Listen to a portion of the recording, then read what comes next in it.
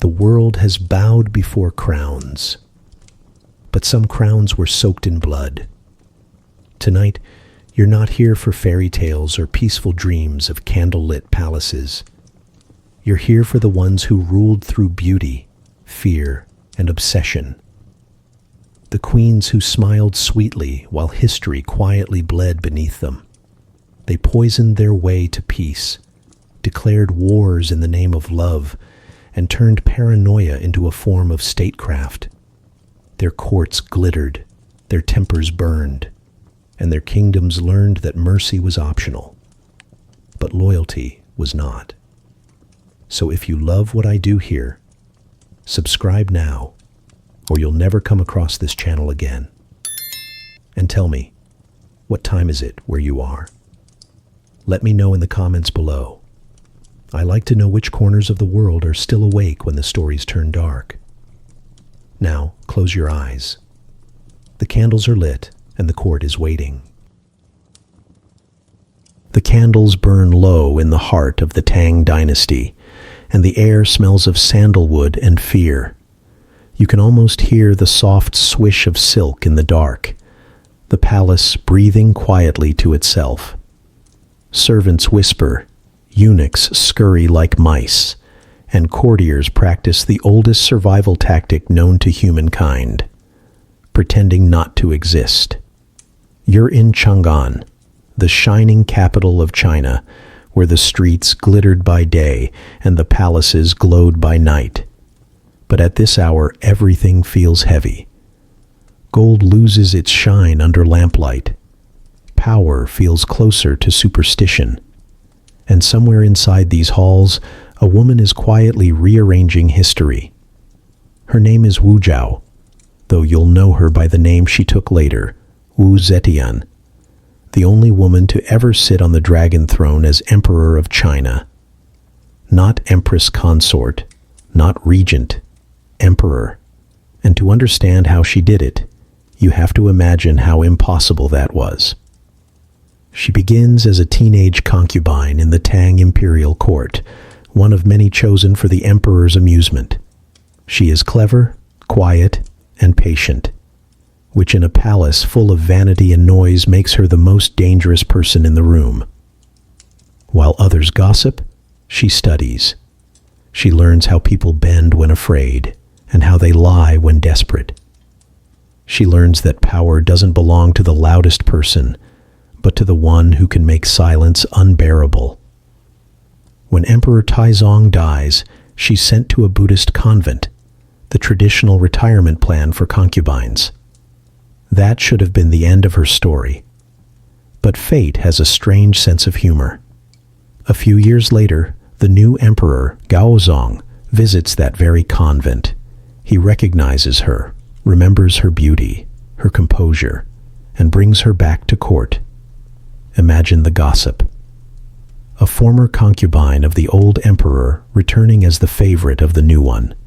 In Chang'an, rumor travels faster than light. But Wu doesn't care. She's not here to survive the gossip. She's here to outlive it.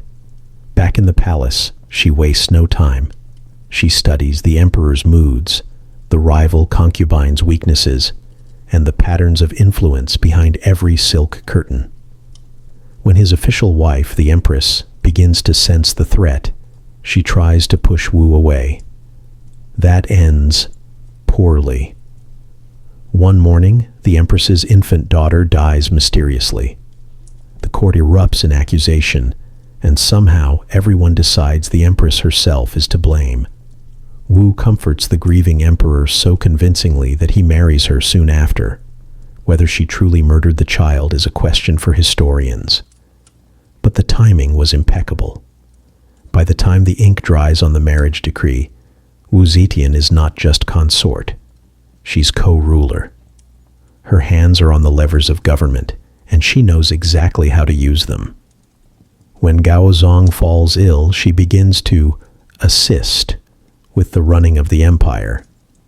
A kind gesture if you ignore the growing number of officials accused of treason. She creates her own network of spies, a secret police before the phrase existed. and orders that anonymous denunciations be encouraged. Anyone can accuse anyone. It's democracy in its darkest form. By night, she reads Buddhist sutras about compassion. By dawn, she signs execution scrolls in perfect calligraphy. Heads roll, but her handwriting remains impeccable. And the empire flourishes. Under her rule, merit replaces birthright in government. Scholars are promoted for ability, not lineage. She funds printing presses, builds temples, and expands education. Art blooms. Agriculture prospers. And yet behind that progress lies a quiet terror. Her officials walk softly through the halls, never sure whether the next summons will be to receive an award or a noose. She understands something most rulers never grasp. Fear is efficient. Love is unreliable, and loyalty comes with a price. But fear is free. To legitimize her reign further, Wu turns to the heavens.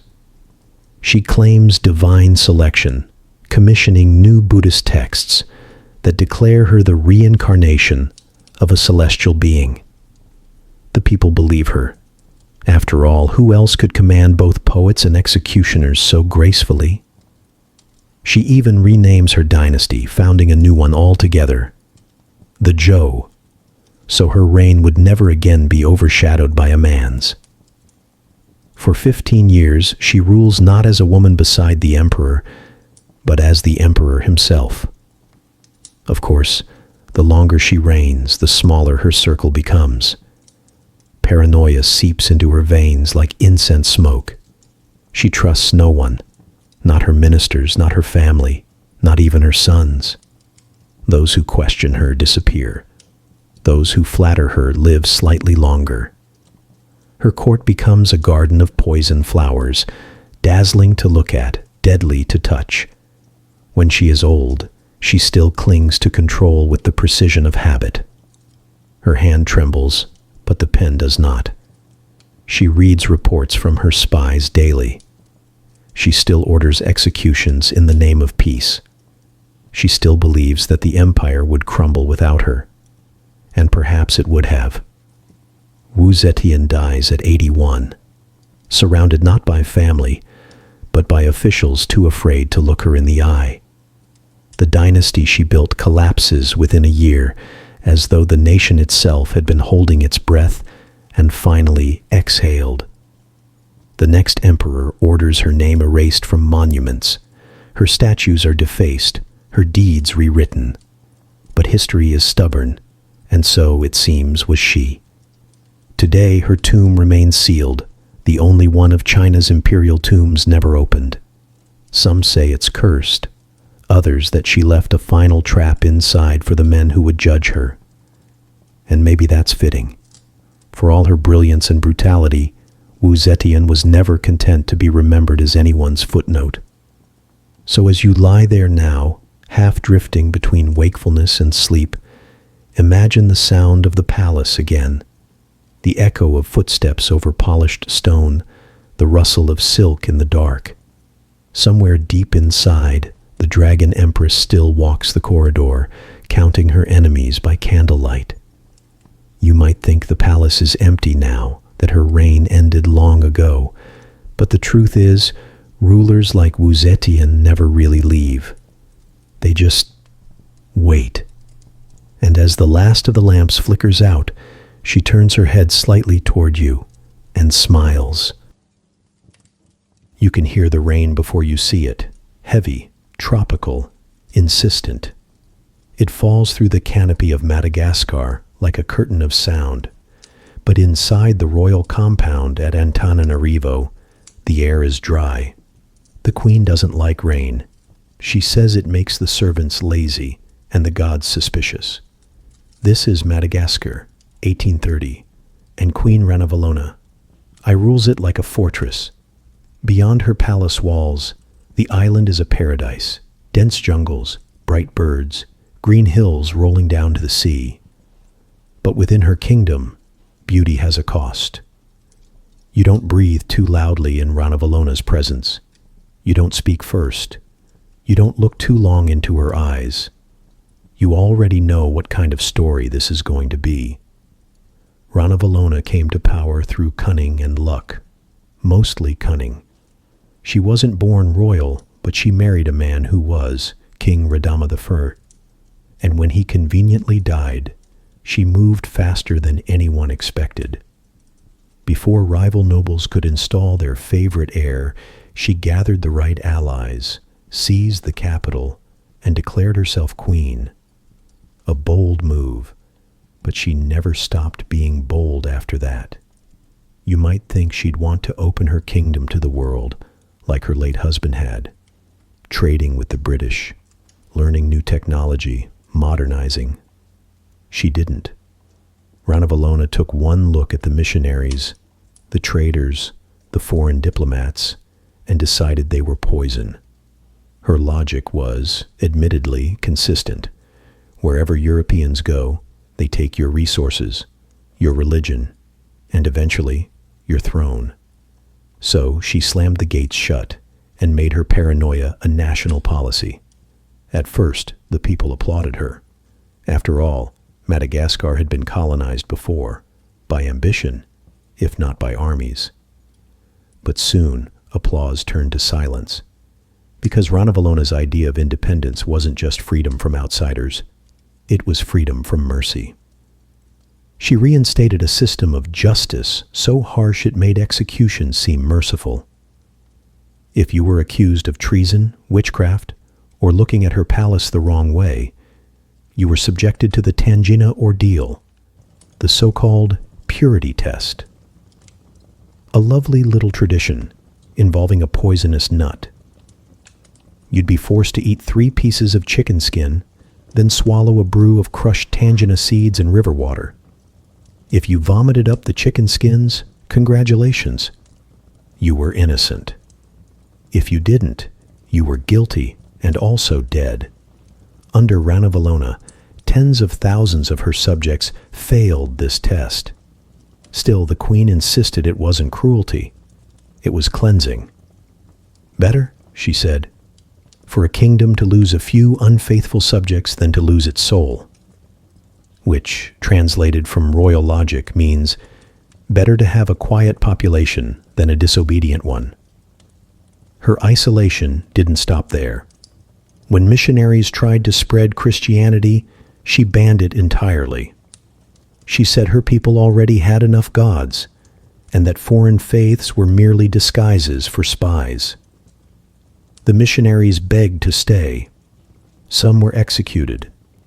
Others fled into the jungle, where their Bibles rotted in the rain. She turned her paranoia into performance. Every few years, she staged purification marches, mass processions, where thousands of soldiers and servants would trek across the island to prove their loyalty. No food, no rest, no reason. They marched through swamps and cliffs, dragging carts, building roads, collapsing in heat. Tens of thousands died. Those who returned were praised as heroes. Those who didn't, well, they were obviously disloyal. Even the weather seemed to know better than to interfere. When storms approached, the court would whisper that the queen's anger had frightened them away. And honestly, it might have. The queen's palace at the top of the hill became a monument to suspicion. She filled it with guards, traps, and spies. Even the servants who brought her meals had to taste the food first. Her enemies were everywhere, she said. Her advisors learned to agree quickly. But here's the strange part. Ranavalona wasn't a fool. Beneath the cruelty was a calculating mind. She kept foreign powers out of Madagascar for 30 years, an almost impossible feat in the 19th century. While Africa fell under European control, her island remained untouched. Her trade networks continued, her army grew stronger, and her court was rich with art, textiles, and jewels. Fear, it turns out, can be a rather effective management style. Of course, it's also exhausting. Her subjects began to flee. Thousands escaped across the sea, carrying stories of a queen who'd lost her mind, who murdered her lovers, who had entire villages executed because she dreamt of rebellion. Maybe not all of it was true. But in Madagascar, truth was whatever the queen woke up believing that day. She became more erratic with age, her paranoia blooming like the orchids she adored. When a thunderstorm struck the palace one night, she ordered the royal astrologers beaten for failing to predict it. When a servant sneezed during a ceremony, she had the poor man executed for summoning demons. Even her generals whispered that she had begun to see ghosts, perhaps of the tens of thousands she'd buried alive. And yet, her people still sang songs about her, not happy songs, but songs of fear and respect, the kind that last longer than admiration ever could. When she finally died in 1861, the news spread quietly. No drums, no public mourning. Even the sky refused to rain. Her son, who'd been secretly corresponding with Europeans for years, took the throne and immediately reversed her isolationist policies. The missionaries returned, the borders reopened, and Madagascar stepped into the modern world like a nation waking from a fever dream. Historians still argue about her. Some call her insane. Others call her a patriot who saved her kingdom from colonization. Maybe she was both. History's queens often are. If you stand near her old palace today, you can still see the stone terraces she built, massive, imposing, designed to make visitors feel small. They say that when it rains, the water runs off the steps, but never into the courtyards. It slides away, as though repelled by memory itself. And that's the story of Queen Ranavalona IV, the woman who ruled paradise through paranoia, who kept an island safe by suffocating it, and who proved that isolation can protect a kingdom, right up until it destroys it. So as you lie there, listening to the sound of rain outside your own window, imagine hers, the rain she forbade, the sound her palace never heard. It falls softly on the trees now, but skips the hill where she once lived. Even the rain, they say, avoided her palace walls. The fire crackles first, before the crowd can even see her. London air thick with fog and fear, bells tolling like a warning no one can quite hear. And somewhere in that crowd, you're standing shoulder to shoulder with merchants, beggars, and nobles, all pretending not to stare. Someone whispers that the queen herself ordered this burning. Someone else whispers that she's watching from behind a shuttered window, rosary in hand. Welcome to Tudor England, where religion has stopped being about salvation and started being about survival. The year is 1555, and Queen Mary I, the first queen to rule England in her own right, is teaching her people what faith looks like when it catches fire. If you're Catholic, you call her Mary the Faithful. If you're Protestant, you call her Bloody Mary. And if you're a historian, you sigh and say, well, it's complicated. Mary didn't start out as a monster. In fact, she started out as a child, a royal inconvenience born to Henry VIII and Catherine of Aragon. For a while, everything was golden. Her father adored her, England adored him, and the world seemed orderly. Then Henry decided he needed a new wife, a younger one, a male heir, and a whole new religion to justify it all. One day, you're a beloved princess of the Catholic Church. The next, you're declared illegitimate, your mother's marriage erased by parliamentary decree, and your father is calling himself head of a church that doesn't even exist yet. Imagine being 19 and finding out your father has broken from Rome, not for God, but for Anne Boleyn. you'd probably develop trust issues too. Mary spends her youth in exile from court, her mother banished, her faith mocked, and her survival depending entirely on pretending not to exist, something she becomes very good at. When her half-brother Edward VI inherits the throne, she waits patiently in the countryside, saying her prayers, smiling through gritted teeth, and biding her time like a saint with a grudge. Then Edward dies, and suddenly England is in chaos again. Protestant nobles scramble to install Lady Jane Grey, poor, innocent, unprepared Lady Jane, as queen. Mary, outnumbered but absolutely done with being polite, rallies supporters, storms London, and wins. The crowd cheers, the bells ring. England has its first queen regnant. For a few brief months the kingdom dares to hope. But here's the thing about long-suppressed conviction. Once it finds power, it doesn't whisper, it roars. Mary believes God himself has restored her to the throne to undo her father's heresy. She sees her reign not as a political opportunity, but as a holy mission. Heresy must burn, and mercy, well, mercy is for the next life. And so it begins. Between 1555 and 1558, more than 280 men and women are burned at the stake for refusing to renounce Protestantism. Some are priests, some are scholars, some are teenagers who probably just wanted to stay home. The executions are public, meant to cleanse the soul of the nation. The air over Smithfield becomes a mix of prayer and smoke, and Londoners learn to carry handkerchiefs soaked in vinegar to block the stench. The Queen believes she's saving souls. Her victims believe she's lost hers.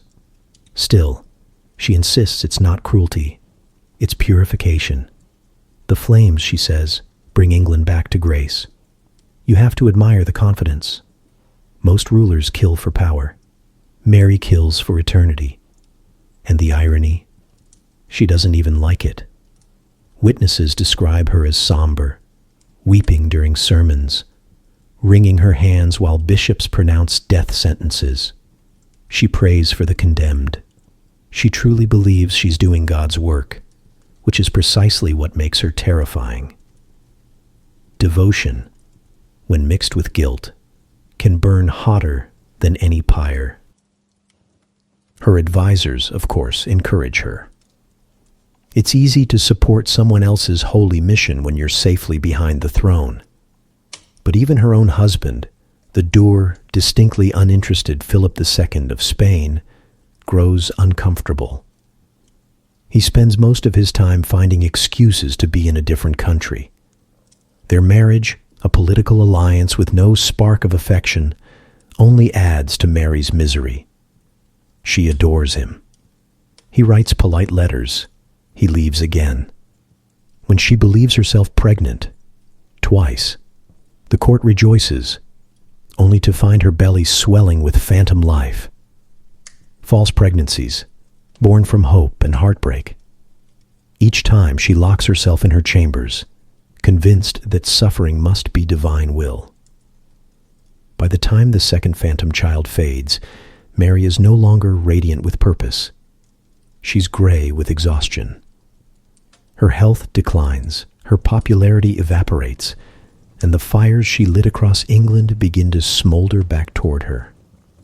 Even her people, once grateful for her courage, now whisper that she's cursed. Still, she refuses to yield. She believes if she just burns a few more heretics, God will reward her with peace, or at least with sleep. But faith, like fire, doesn't stop when you want it to. It consumes everything, even the one who started it. When Mary dies in 1558, she is 42 and heartbroken. No husband by her side, no heir, no sense of victory. Her half-sister Elizabeth takes the throne, restores Protestantism, and quietly stops the burnings. History breathes again. They bury Mary beneath Westminster Abbey, her coffin later placed directly beneath Elizabeth's. Two sisters, two queens, two religions, sharing one tomb. The inscription reads simply, partners both in throne and grave, which, given their history, is either poetic or deeply awkward. Centuries later, her name still carries the stain of smoke, Bloody Mary, invoked by schoolchildren in dark bathrooms and horror films. But the truth, as always, is stranger. Mary wasn't a sadist. She was a believer, a woman taught that pain was proof of devotion, that suffering was currency for salvation. She didn't enjoy the flames. She just couldn't imagine any other way to be holy. So as you drift off now, picture London under her reign, a city of bells and ash, where sermons echoed through smoke and people prayed louder to drown the sound of crackling wood. The cobblestones still remember. And as the last embers fade in your mind, you can almost see her.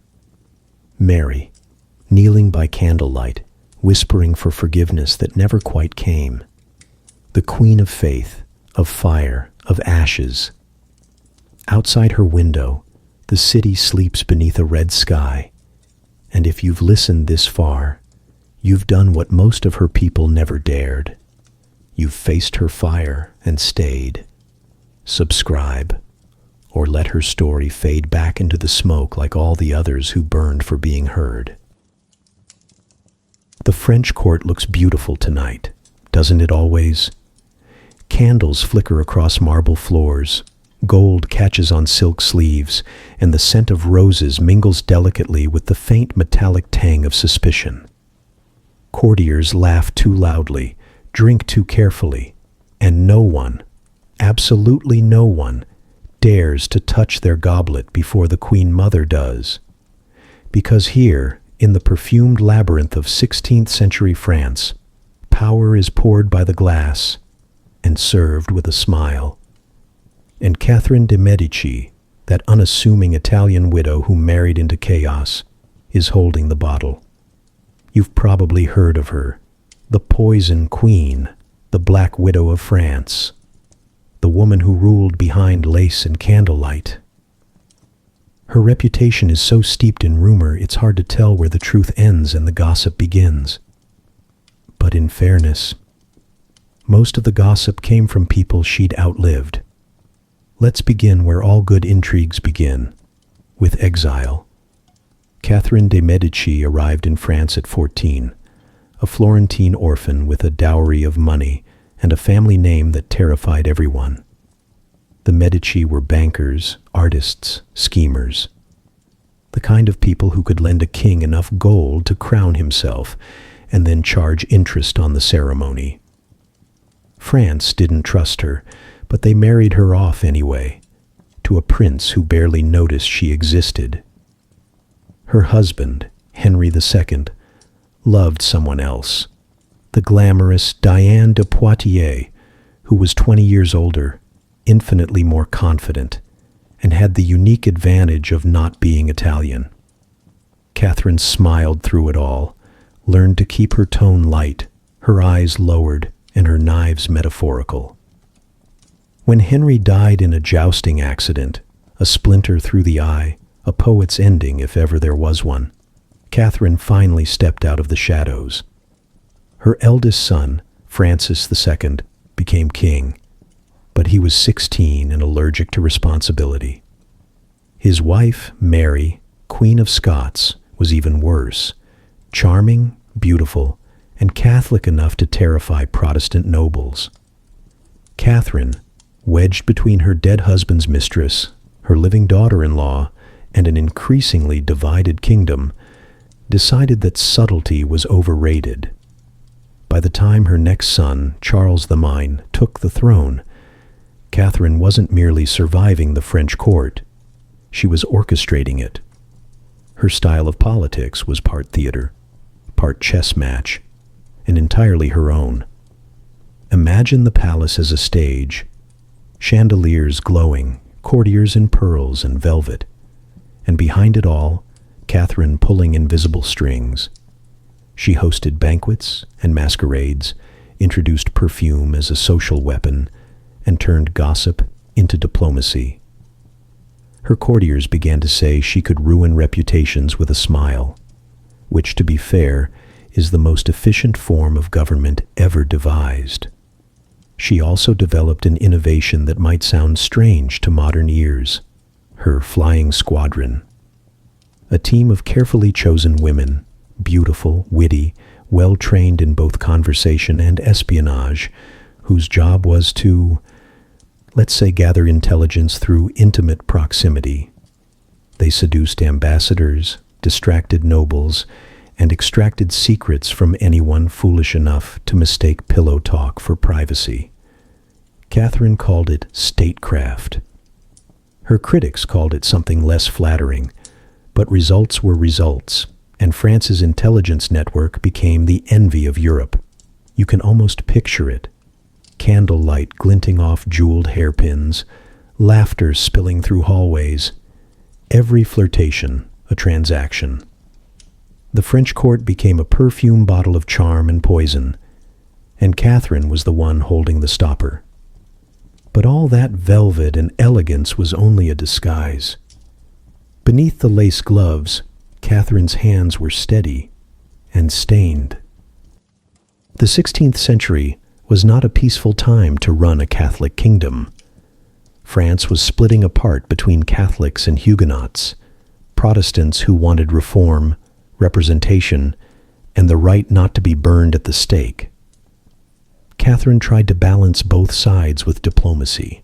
She married her daughter, Marguerite, to the Protestant Prince Henry of Navarre, hoping love could accomplish what politics could not. It didn't. The wedding was supposed to be a symbol of reconciliation. Catholics and Protestants united under the same roof, celebrating peace. Instead, Paris became a trap. It began quietly, as all terrible things do. A few assassinations gone wrong, a nervous royal council meeting, a queen mother pacing by candlelight, convinced the Protestants were plotting against her son. Then, one summer night in August 1572, Catherine gave her blessing, or perhaps her silent consent, for the Catholic guards to strike first. At dawn, the bells of Saint-Germain-l'Auxerrois rang, and the city erupted. The St. Bartholomew's Day massacre lasted days. Thousands of Protestants were slaughtered in their homes, their bodies tossed into the Seine. The river ran red, the city choked on smoke and prayer, and even the assassins begged for rest. No one knows exactly how many died. Some say 3,000, others 10. And Catherine? She didn't gloat. She didn't celebrate. She simply tightened her shawl and told her trembling son that God had saved his throne. That was her talent, to commit horror with composure. Historians still debate whether she planned it or merely allowed it to happen. But in a world where silence is permission, she was undeniably complicit. And yet, for the rest of her life, she maintained that the massacre had been an act of divine necessity. Better to kill the weeds, she said, than to lose the garden. You can almost hear the sigh in her voice, the exhaustion of someone who's spent too long cleaning up other people's chaos. After the massacre, Catherine's legend spread faster than any army. Pamphlets painted her as a sorceress, a witch, a poisoner. They claimed she hid laboratories under her palaces, brewed toxins in gold cups, and experimented with perfumes that could kill. There's no proof she ever did. But when an entire country fears you, proof becomes irrelevant. And in truth, she didn't need poison. She had patience, which is far deadlier. By the time her third son, Henry III, took the throne, she was an old woman, weary but unbroken. She'd buried her husband, 3 sons, and countless enemies. She'd seen wars, massacres, betrayals, and an endless parade of hypocrites calling themselves righteous. And still, she endured. When she died in 1589, her last words were to a servant, "You must carry me very carefully." It's the kind of line that belongs to someone who never stopped controlling the scene, even at the end. Her enemies cheered her death. Her allies sighed in relief. France, meanwhile, stumbled toward yet another war. The Queen Mother was gone, but her perfume lingered, that peculiar scent of roses and arsenic, of beauty concealing blood. And that's Catherine de' Medici, elegant, ruthless, perfectly composed. The woman who turned survival into art and politics into theater. A queen who didn't need to raise her voice, because everyone already knew the danger of her silence. So as you settle deeper into your pillow, imagine the French court again, the chandeliers dimming, the laughter thinning, the scent of wine and candle wax drifting through the corridors. Somewhere in the dark, a queen in black velvet walks past you, her ring glinting faintly in the firelight. You can smell her perfume. Soft, floral, expensive. And underneath it, just a hint of something bitter. The perfume of power, fading slowly into candle smoke. The marble floors of Constantinople don't echo like ordinary stone. They sing. Every step inside the great palace carries the soft sound of power, silk trailing behind, bronze sandals tapping out the rhythm of empire. Incense drifts from golden lamps. The mosaics glitter like frozen fire. It is here, in this magnificent trap of a city, that Irene of Athens makes her entrance. The year is 780, and she arrives as an outsider, a Greek noblewoman chosen to marry Emperor Leo IV. Beautiful, clever, and inconveniently ambitious. You can almost picture her, standing beside her new husband beneath the domed ceiling of the Hagia Sophia, listening to priests chant, while silently wondering how long it'll take before she's the one giving orders. When Leo dies young, his son, Constantine VI, inherits the throne. He's just 9 years old, which means Irene, now Empress Regent, inherits the real power. She rules in his name, signs every decree, receives foreign ambassadors, and makes sure her signature is just a little larger than the boy's. For nearly a decade, it works. She's charming, diplomatic, generous with flattery. She calls herself Basileus, emperor, not empress, because gender, as far as she's concerned, is merely an administrative inconvenience. But power has one natural enemy: adolescence. As Constantine grows older, he begins to notice things, namely, that he's technically the emperor and his mother's treating him like a misbehaving intern. He tries to assert himself, new advisors, new policies, new rules.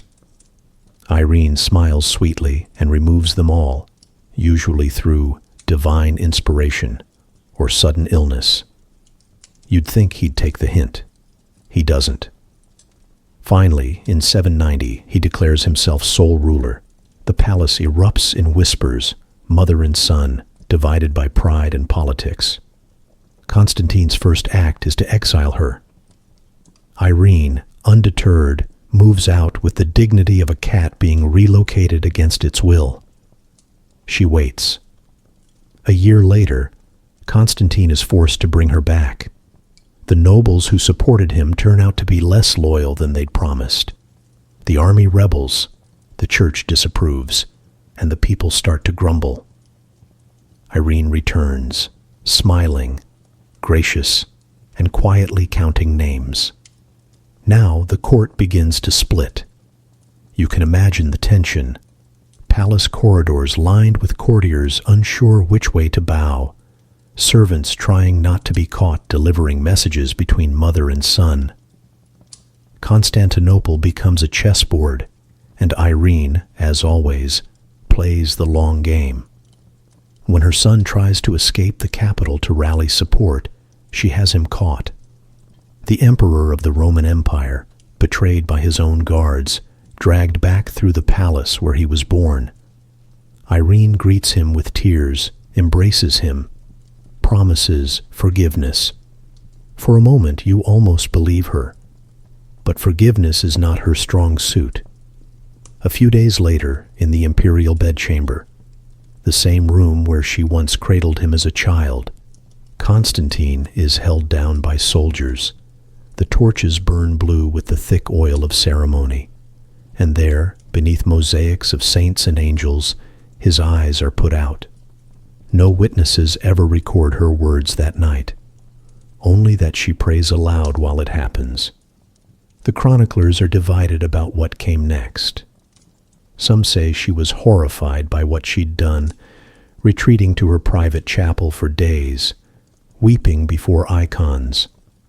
Others claim she watched calmly, convinced that by blinding him, she was preserving the empire from his incompetence, that this was not cruelty, but necessity.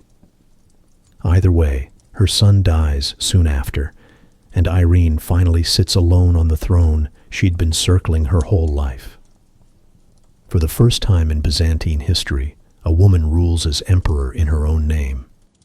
She restores icons to the churches, repairs relations with the papacy, reforms taxes, strengthens trade. Diplomats from Venice to Baghdad call her the Great Mother of the Empire. She signs decrees with a flourish, hosts feasts beneath golden chandeliers, and receives envoys who pretend not to see the empty chair beside her throne, the one meant for her son. But power, as always, is a hungry companion. Once it's fed, it starts asking for more. She begins referring to herself in official records not as Empress Irene, but as Basileus Irene. Literally, Emperor Irene. The church frowns, the generals whisper, but the people love her. After all, she's brought peace, lowered taxes, and given the city something to gossip about. Still, even Constantinople has its limits.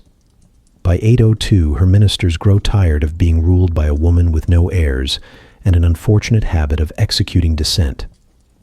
They conspire against her, the usual Byzantine hobby. One morning, Irene wakes to find the palace unusually quiet. Her guards have vanished. Her treasurer, a man she'd once trusted, enters her chambers with a polite bow and a small army. She's deposed, exiled to the island of Lesbos, and allowed to live out her days spinning wool. For a woman who once commanded an empire, it's almost poetic.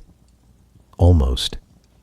She dies there, surrounded not by courtiers or clergy, but by silence. The same silence she once ruled with. Historians call her many things: tyrant, saint, visionary, monster. But she defies easy labels. Irene was a ruler who believed love and power were the same thing. That control was just another form of protection. She never learned that empires don't need mothers, they need emperors. And so she became both, until the two roles devoured each other. If you stand today in Istanbul, near the old palace grounds, you can still see fragments of her mosaics.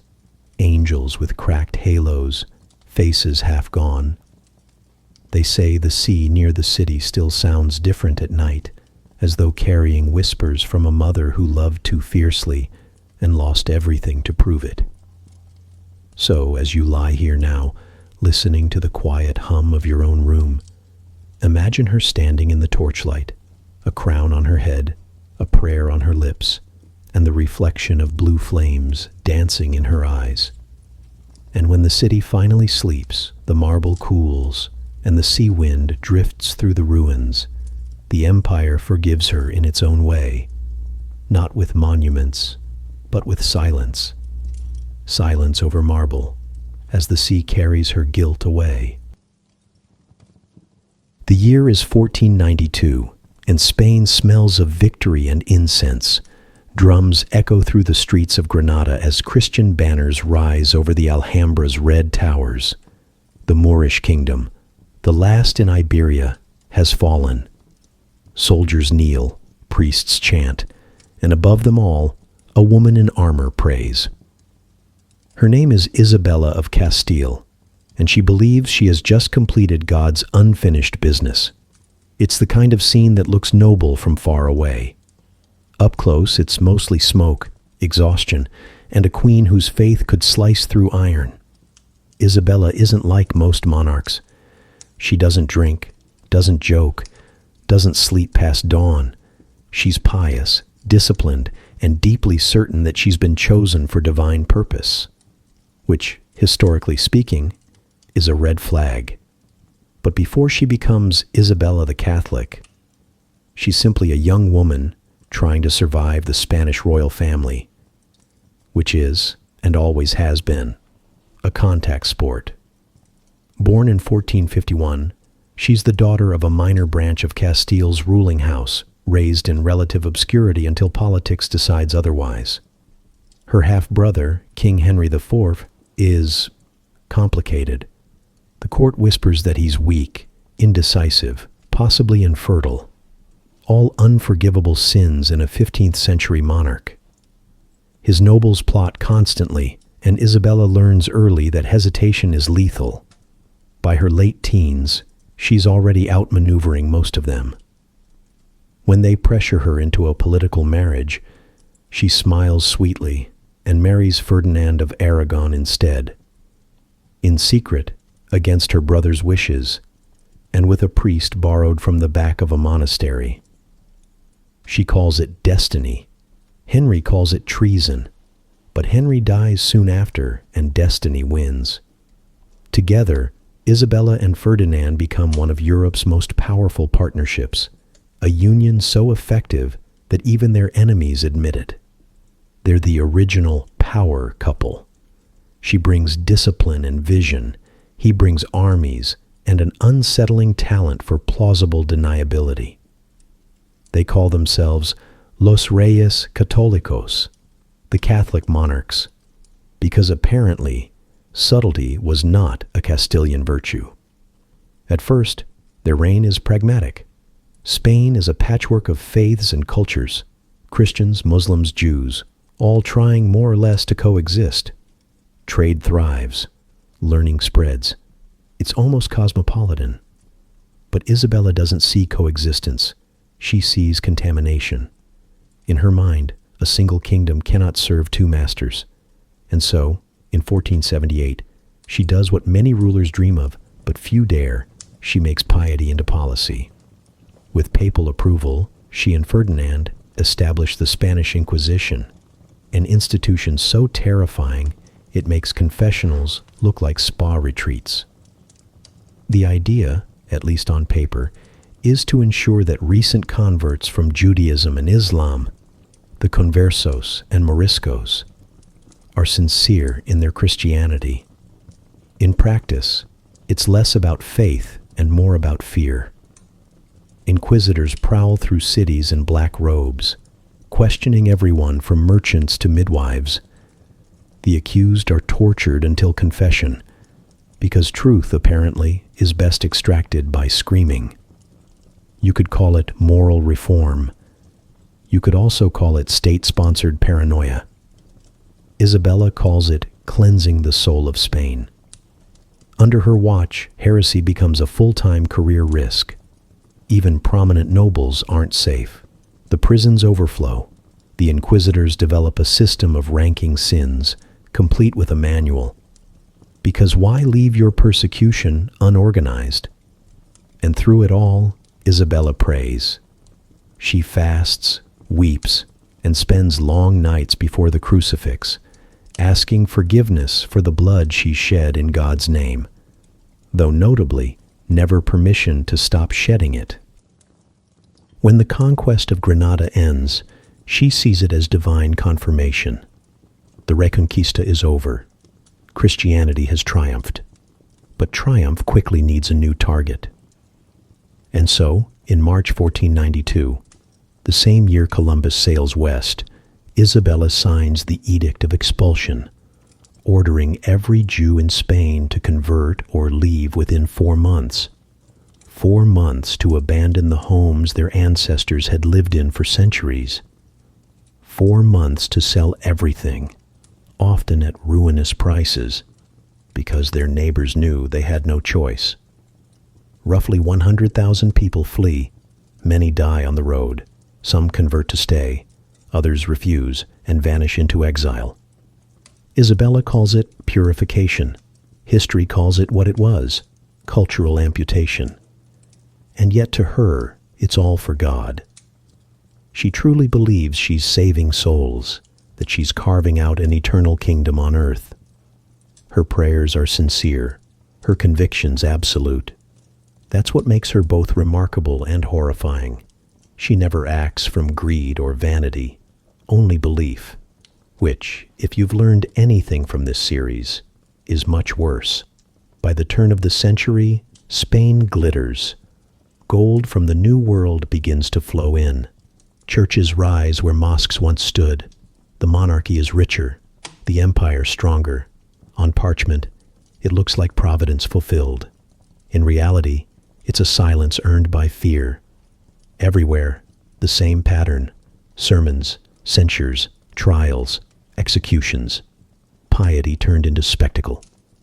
When Isabella dies in 1504, she leaves behind a kingdom unified, sanctified, and traumatized.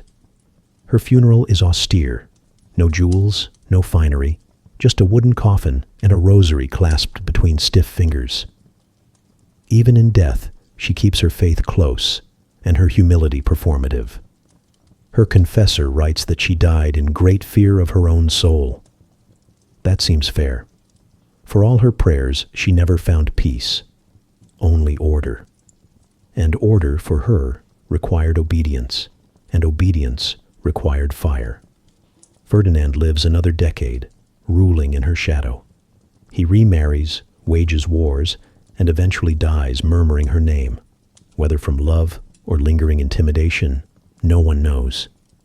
Centuries later, Spain still grapples with her legacy. She's a saint to some, a fanatic to others. The Church beatified her in the 20th century, but quietly shelved the idea of full canonization, perhaps because even saints need good PR. And yet the paradox remains. Isabella built the foundation of modern Spain.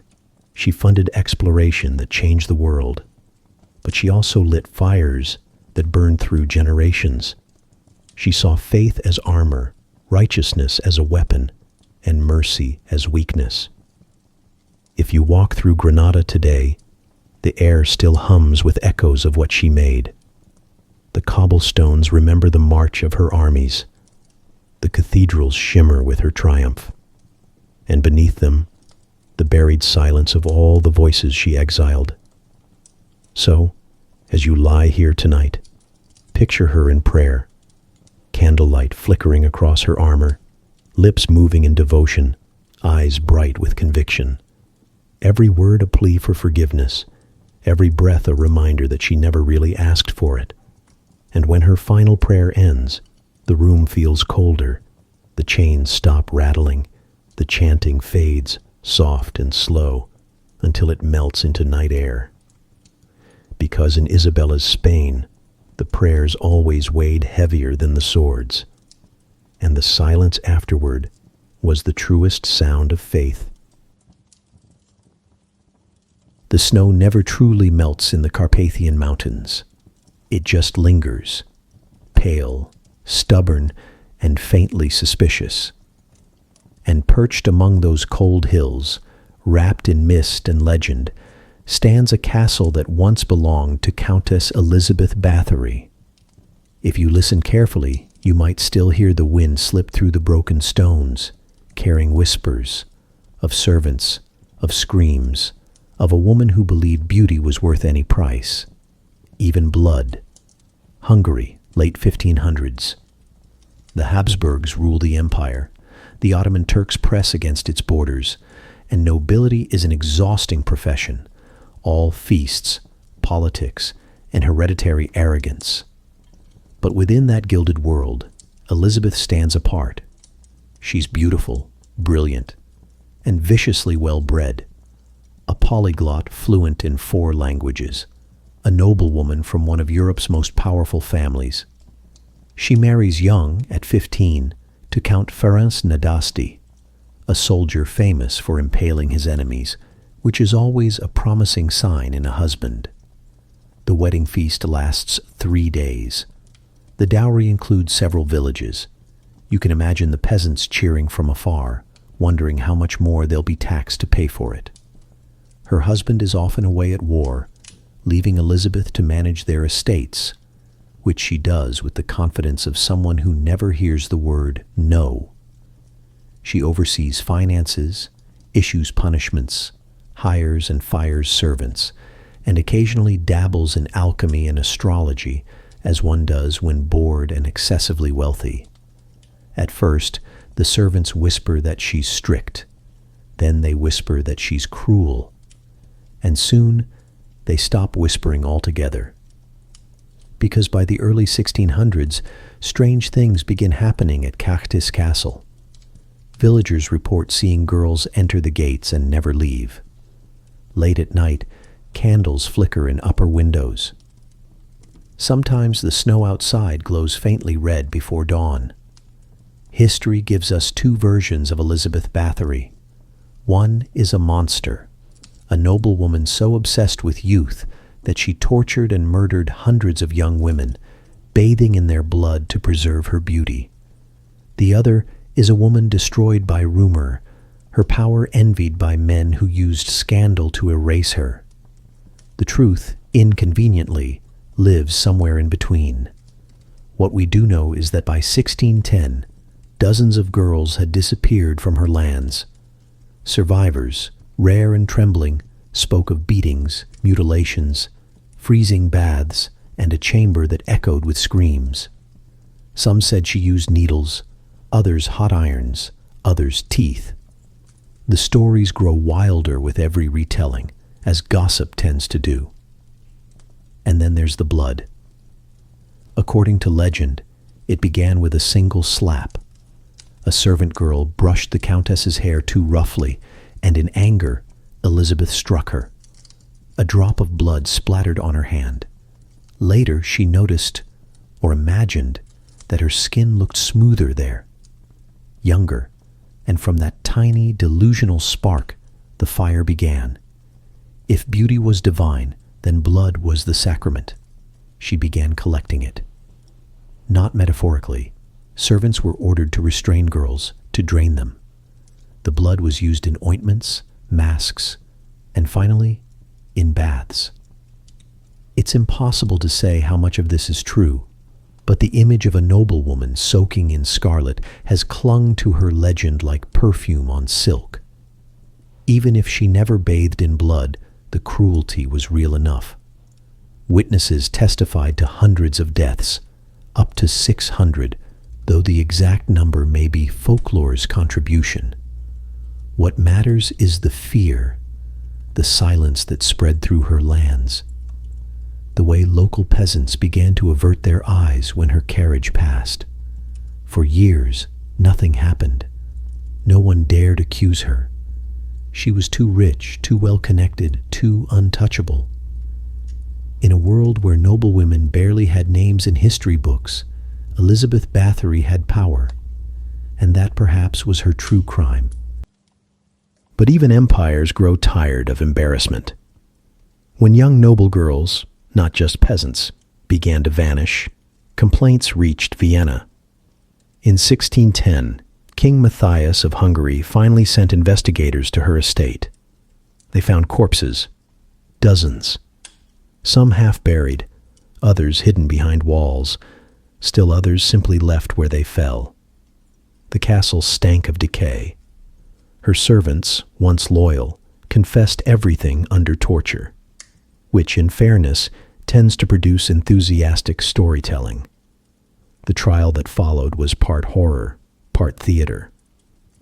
The nobles couldn't decide what shocked them more, the alleged murders, or the idea that a woman had done all this without male supervision. Her servants were executed. She was not. Executing a countess, after all, might set a dangerous precedent. Instead, she was sentenced to life imprisonment, not in a dungeon, but within her own castle. Her windows were sealed, her doors bricked up, leaving only a small opening for food. She lived like that for 4 years. No visitors, no mirrors, no light. Imagine the silence, the echo of her footsteps on cold stone, the faint drip of melting snow through cracks in the wall. Maybe she prayed. Maybe she counted the ghosts. When the guards finally opened her chamber in 1614, they found her dead, lying on the floor. Peaceful, they said. Though peace is a relative term. She was buried in secret. The villagers refused to let her rest in consecrated ground. Her name was erased from local records, her castle abandoned. But legends have a habit of slipping through cracks. Over the centuries, her story twisted into myth. The Blood Countess, the Lady Dracula, the woman who turned vanity into violence and beauty into madness. Even Bram Stoker, centuries later, borrowed pieces of her shadow for his own immortal monster. So, was she truly the world's first female serial killer, or a powerful woman destroyed by her enemies? Historians still argue. But the truth, if it still breathes anywhere, lies under the same stones that once echoed her footsteps. And as you drift tonight, you can almost see her. A pale figure moving through candle-lit halls, fingers brushing over cracked mirrors, listening for her own reflection. The air smells of wax and iron. Somewhere a drop of water hits the floor, slow and rhythmic, like the tick of a clock in a room without time. Her beauty, real or imagined, is long gone now. Her title, stripped. Her name, cursed. And yet she endures. Because history has a strange affection for monsters, it can romanticize. Outside, the mountains sigh with wind. Inside, the last candle sputters, and the red fades to gray. The Countess is quiet at last, bricked into her own silence, but the world still whispers her name, Elizabeth Bathory, the woman who wanted to live forever, and, in her own terrible way, did. The snow falls quietly over 10th century Rus, the kind of soft, soundless snow that hides everything. Footsteps, bloodstains, and bad decisions. Somewhere near the Dnieper River, a widow sits alone in a wooden hall lit by torches. Her name is Olga, and her husband, Prince Igor of Kiev, has just been torn apart by a rival tribe. You could say this is a story about grief. You could also say it's a story about creative problem-solving. The tribe responsible, the Drevlians, had grown tired of paying tribute to Kiev. When Prince Igor rode to collect it, they captured him, tied his legs to 2 bent trees, and let the trees snap back in opposite directions. Efficient, if a bit excessive. So yes, Olga is grieving, but hers is a very organized kind of grief. When the Drevlians send messengers to Kiev, they come bearing a marriage proposal. Their prince, they say, would like to comfort the new widow and unite their peoples. A generous offer, considering they'd just turned her husband into a wishbone. Olga listens politely. Then she smiles. Your proposal, she says, is pleasing to me, but I must honor you properly. Remain in your boat while my people carry you through the city tomorrow, as befits men of such dignity. The Drevlians beam, pleased by her graciousness. They should not have. The next day her soldiers carry the boat, with the envoys still seated in it, to the courtyard of her palace. The crowd gathers. Olga steps forward, looks them in the eyes, and gives a single quiet command. The trench below the boat bursts into flame. The boat becomes their coffin. She watches until the last smoke fades, then turns to her attendants. I am satisfied, she says softly, but there are more.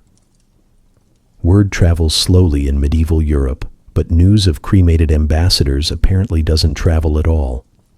The Drevlians, unaware their first envoys are now charcoal, send another group, 20 of their most noble men. Olga greets them warmly, saying, "You must be tired from your journey. Please, bathe before meeting me." They do. The bathhouse is lovely, wooden, fragrant with pine. The doors close behind them. Olga's men bar the exits and set the structure alight. When it collapses, the queen remarks, "Their bath was indeed warm." At this point, you might think her vengeance is complete. 2 massacres, a respectable score. But Olga is just getting started.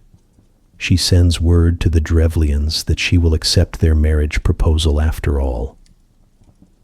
"I will come to your city," she says, "to honor my husband's funeral and celebrate the new union." The Drevlians, delighted, prepare a feast.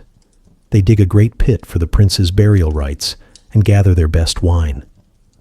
Olga arrives in regal splendor, veiled, weeping theatrically. "Let us pay him the honors he deserves," she says. Then, as the Drevlians bend over the grave, she signals her soldiers. 4,000 men die that night. The survivors are rounded up and forced to pay tribute again. The rest are buried with the same care she gave her husband, deep underground and very still. You'd think that's where the story ends, but Olga of Kiev isn't known for half measures. A year later, when the Drevlians attempt to rebuild, she arrives at their capital, Iskorostan, and announces she'll accept tribute in the form of 3 pigeons and 3 sparrows from each house. It sounds absurdly gentle, and perhaps that's why they agree. They gather the birds and deliver them to her, relieved that at last peace has come. That night, her soldiers tie threads of sulfur and cloth to each bird's leg and set them alight before releasing them. The flaming creatures return to their nests under the city's thatched roofs. Within minutes, the entire settlement burns. The Drevlians run into the streets screaming. Olga orders her troops to capture anyone who escapes the flames.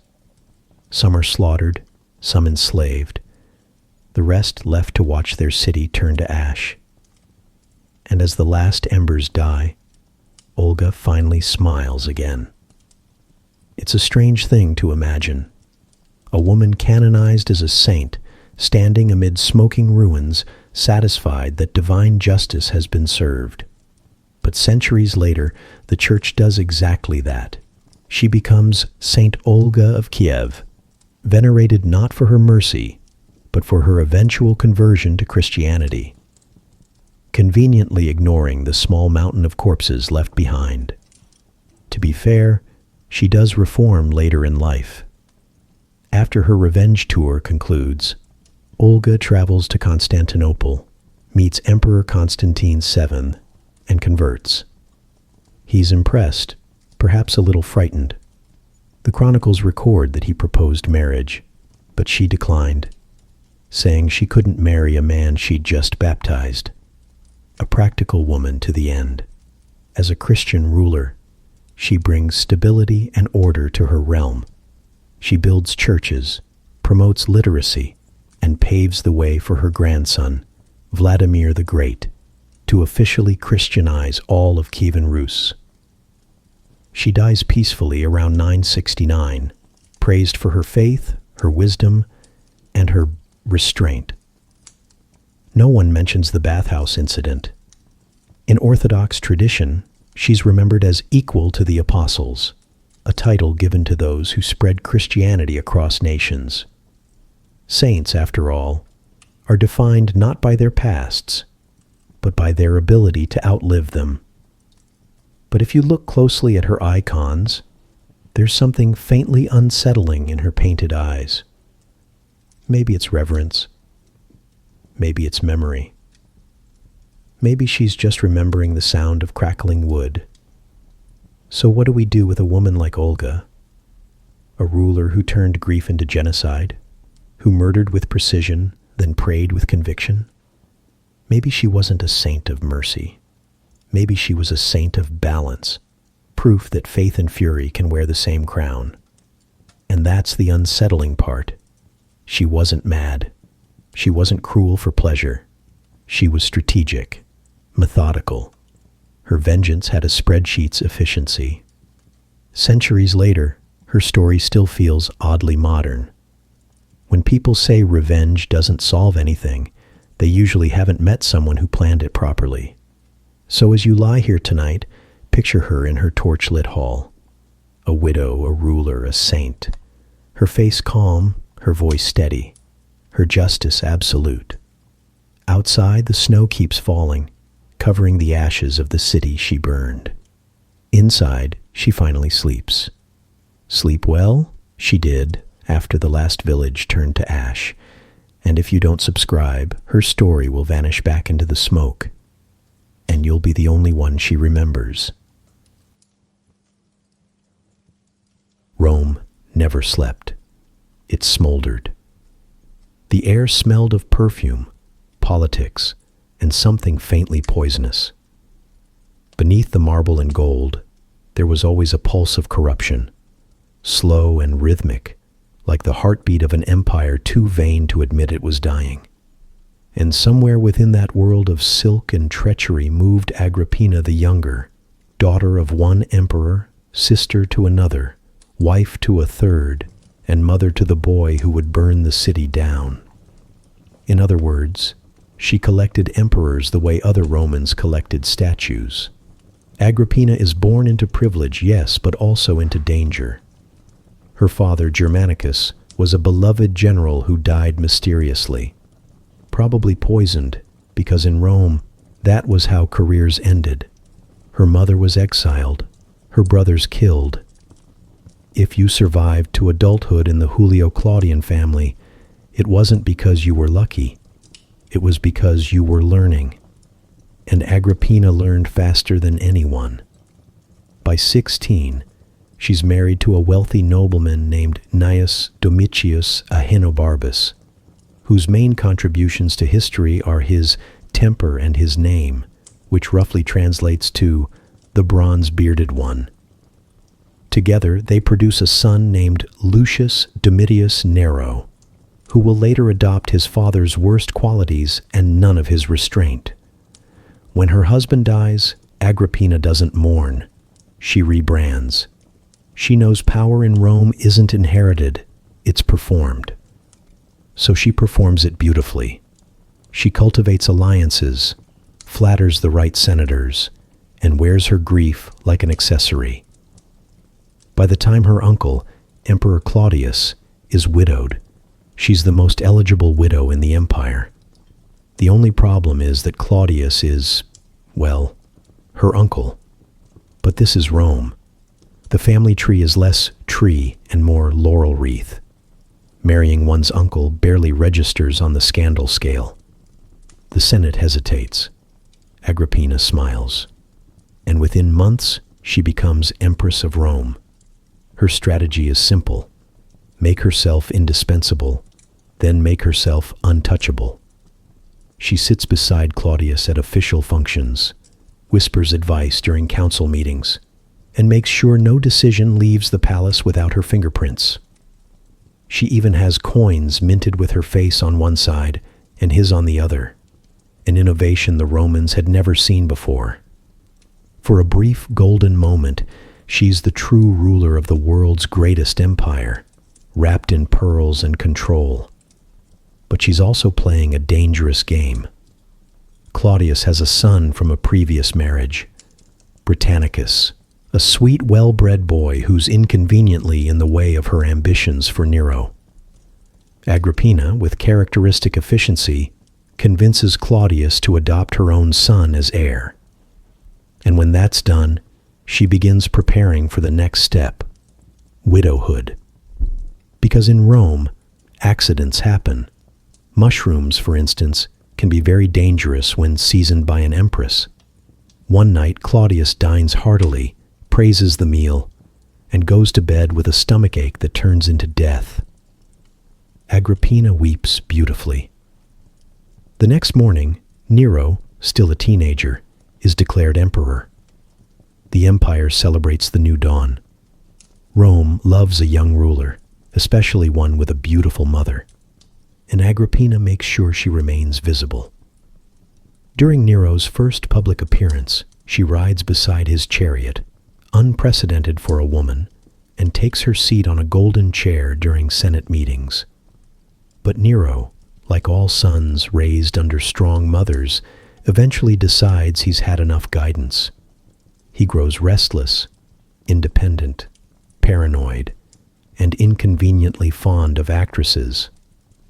At first, Agrippina tolerates it. She's not above manipulating her own child, whispering to his advisors, reminding him who made him emperor.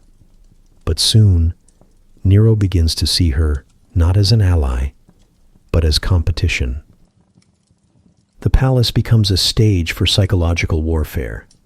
She scolds him for his affairs. He mocks her in public. She warns him about his excesses. He warns her about overstepping. Eventually, he decides to free himself permanently. His first attempt at matricide is theatrical even by Roman standards. He invites her aboard a boat designed to sink once it reaches open water. A gift, he calls it, smiling the way only guilty sons do. But Agrippina, seasoned in survival, swims to shore, drenched but alive. When Nero hears the news, he nearly faints. Undeterred, he sends assassins to check on her condition. She meets them calmly. The guards later report that she didn't beg. She simply opened her robe to reveal her stomach and said, "Strike here first, the womb that bore such a son." It's difficult to say whether that's historical fact or dramatic embellishment, but either way, it fits her perfectly. The empire grumbles, horrified but unsurprised. Nero declares her death a necessity for state security. Statues of her are removed, her name whispered only behind closed doors. He thinks he's free of her. But the thing about powerful mothers is, they never really die. Nero's reign begins to unravel almost immediately. The Senate fears him, the army distrusts him, and the people mock him behind their wine cups. Rumors spread that Agrippina's ghost haunts the palace, not metaphorically, but literally. Nero reportedly wakes screaming, claiming to see her specter standing at the foot of his bed, silent and smiling. Whether true or not, it's a fitting legacy. Agrippina's story has often been told through scandal, incestuous whispers, poison plots, and the endless fascination with her control. But beneath all that, there's something almost tragic. She lived in a world that gave women only two options: be ornamental or be erased. She chose neither. She became indispensable, terrifying, and unforgettable. Even Tacitus, Rome's most dignified historian and least sentimental man, admitted she possessed a masculine ambition, which, from him, was not a compliment, but maybe it should have been. Agrippina was ruthless, yes. Manipulative, absolutely.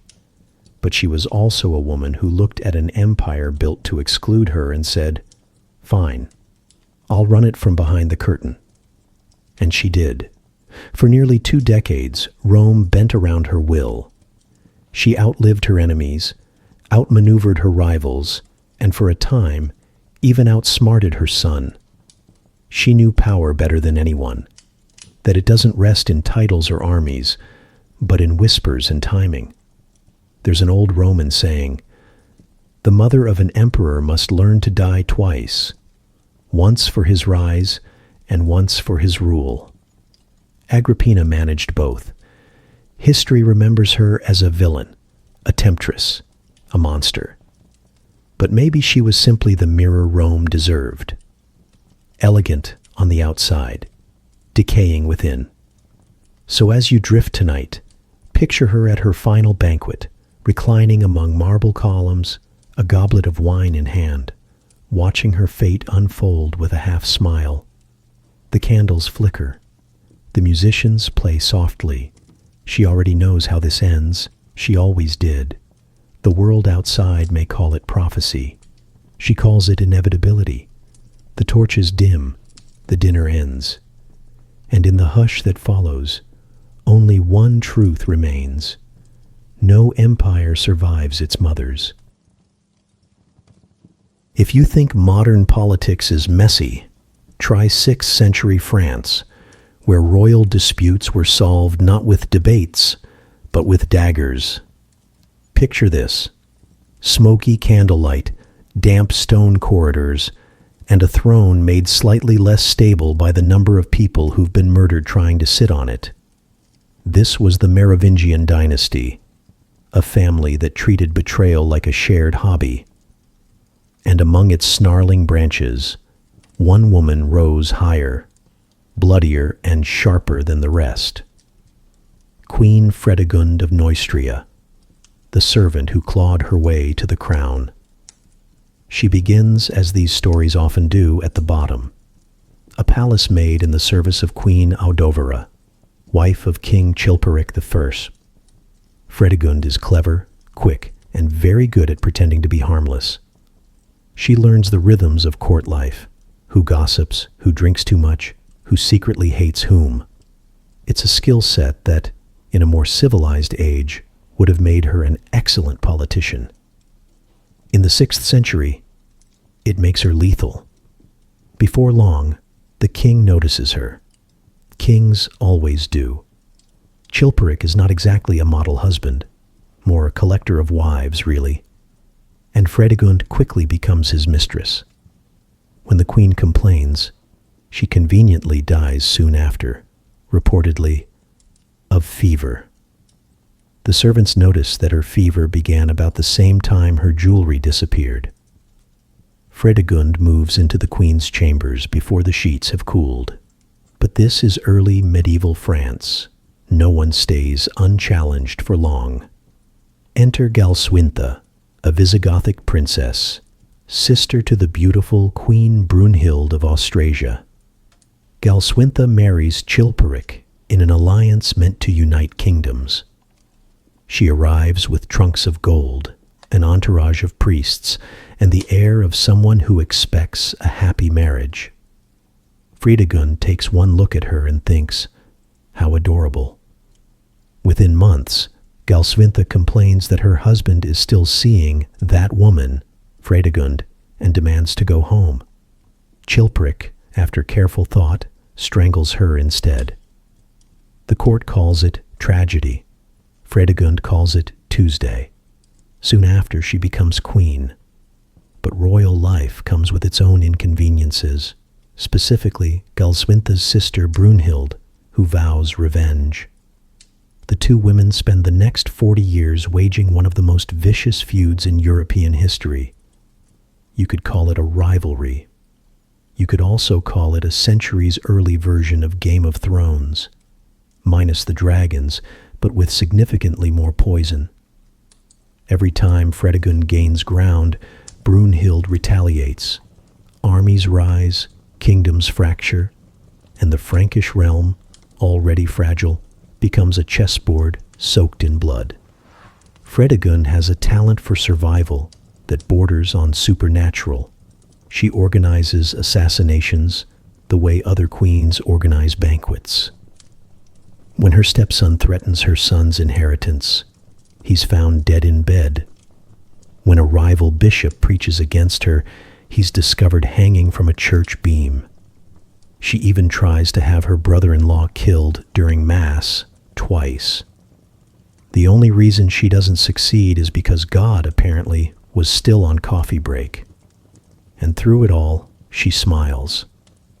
Chroniclers, mostly male, describe her as a woman of unnatural cunning, which in translation means a woman who didn't die when we expected her to. She rules through whispers, gifts, and knives. When her husband Chilperic dies, stabbed mysteriously while hunting, suspicion naturally falls on her. No one dares to prove it. Now widowed, she becomes regent for her infant son, Clothar II. and somehow manages to hold the kingdom together through sheer force of intimidation. She sends envoys to neighboring rulers with lavish gifts, and occasionally hidden blades. She pays her soldiers in silver, poisons her rivals with gold, and prays daily for the forgiveness she never intends to earn. Brunhild, of course, remains her eternal shadow. The two exchange assassins like love letters. One year, Fredegund's agents stab Brunhild's son. The next, Brunhild's forces burn Fredegund's estates. Historians estimate that their feud cost tens of thousands of lives. Medieval Europe, in other words, was being run by two women having a very public argument. And the irony? They never once met face to face. Fredegund's brilliance was her patience. She understood that time, like poison, works best when administered slowly. She survived coup attempts, invasions, and betrayal from her own nobles. She even survived an attempted assassination in church, where the attacker missed and accidentally killed her attendant instead. Afterward, she calmly finished her prayers before ordering the assassin's head on a spike. She wasn't cruel for pleasure. She was cruel because the alternative was extinction. A woman with no royal blood, ruling in a world of men, could only afford mercy after everyone who threatened her was dead. By the time she reaches her final years, even her enemies speak of her with a kind of reluctant awe. She builds alliances, restores order, and ensures her son inherits the throne, something few Merovingian heirs managed without dying first. When she dies around 597, she's buried in Saint-Germain-des-Prés, a queen who began as a servant, ruled through blood, and left behind a dynasty that lasted another century. Her son, Clothar, continues her legacy, eventually conquering Brunhild's lands and executing her in spectacularly brutal fashion, horses, ropes, and all. It's said he dedicated the victory to his mother. Fredegund would have approved. Modern historians often call her the she-wolf of the Franks, but the title is misleading. Wolves kill to eat. Fredegund killed to endure. In a world where kings murdered their wives and nobles switched loyalties before breakfast, she played the game better than anyone, because she knew the rules were designed for her to lose. Her story is a reminder that civilization is a thin coat of polish over something much older and hungrier. The feasts, the cathedrals, the silk-lined chambers. They all glimmered above a foundation of screams. So as you lie here, imagine those Merovingian halls, the torchlight flickering against tapestries, the soft shuffle of servants pretending not to listen, the heavy stillness of a court where every smile might hide a blade. Fredegund walks through it all, calm, regal, utterly unfazed, her crown gleaming, her hands clean, her conscience debatable. The last torches sputter, the stone corridors exhale. The empire sleeps, if only because she finally allows it. And in that quiet, where even ambition holds its breath, you can almost hear her whisper, not to her enemies, not to her rivals, but to history itself. Remember who taught France how to survive. Then the flames fade, one by one, until the Merovingian halls are dark again. Sleep now. The torchlight dies, and the she-wolf rests at last. The candles never stop burning in Queen Christina's palace, but they're not for ceremony. They're for insomnia. Stockholm, 1640s. Outside, the snow is calm and endless. Inside, the young queen is pacing her chamber at 3 a.m, lecturing an exhausted servant on Aristotle, then suddenly demanding to know whether anyone has ever truly seen their own soul. The servant wisely says no. Christina nods, satisfied. This is the Queen of Sweden, scholar, philosopher, collector of geniuses, and, according to several witnesses, slightly unhinged. She's born into the 30 Years' War, baptized under cannon fire, and raised like a prince because her father, Gustavus Adolphus, wanted a son. When he dies in battle, the 6-year-old Christina inherits a kingdom and an identity crisis. She wears armor, rides horses, and studies Latin and philosophy like she's preparing to argue with God. She even learns to curse fluently in German, which, for a monarch, is practically a leadership skill. Her tutors describe her as bright and restless, which is academic code for terrifying. She devours books, masters politics, and turns her court into a salon of European intellectuals.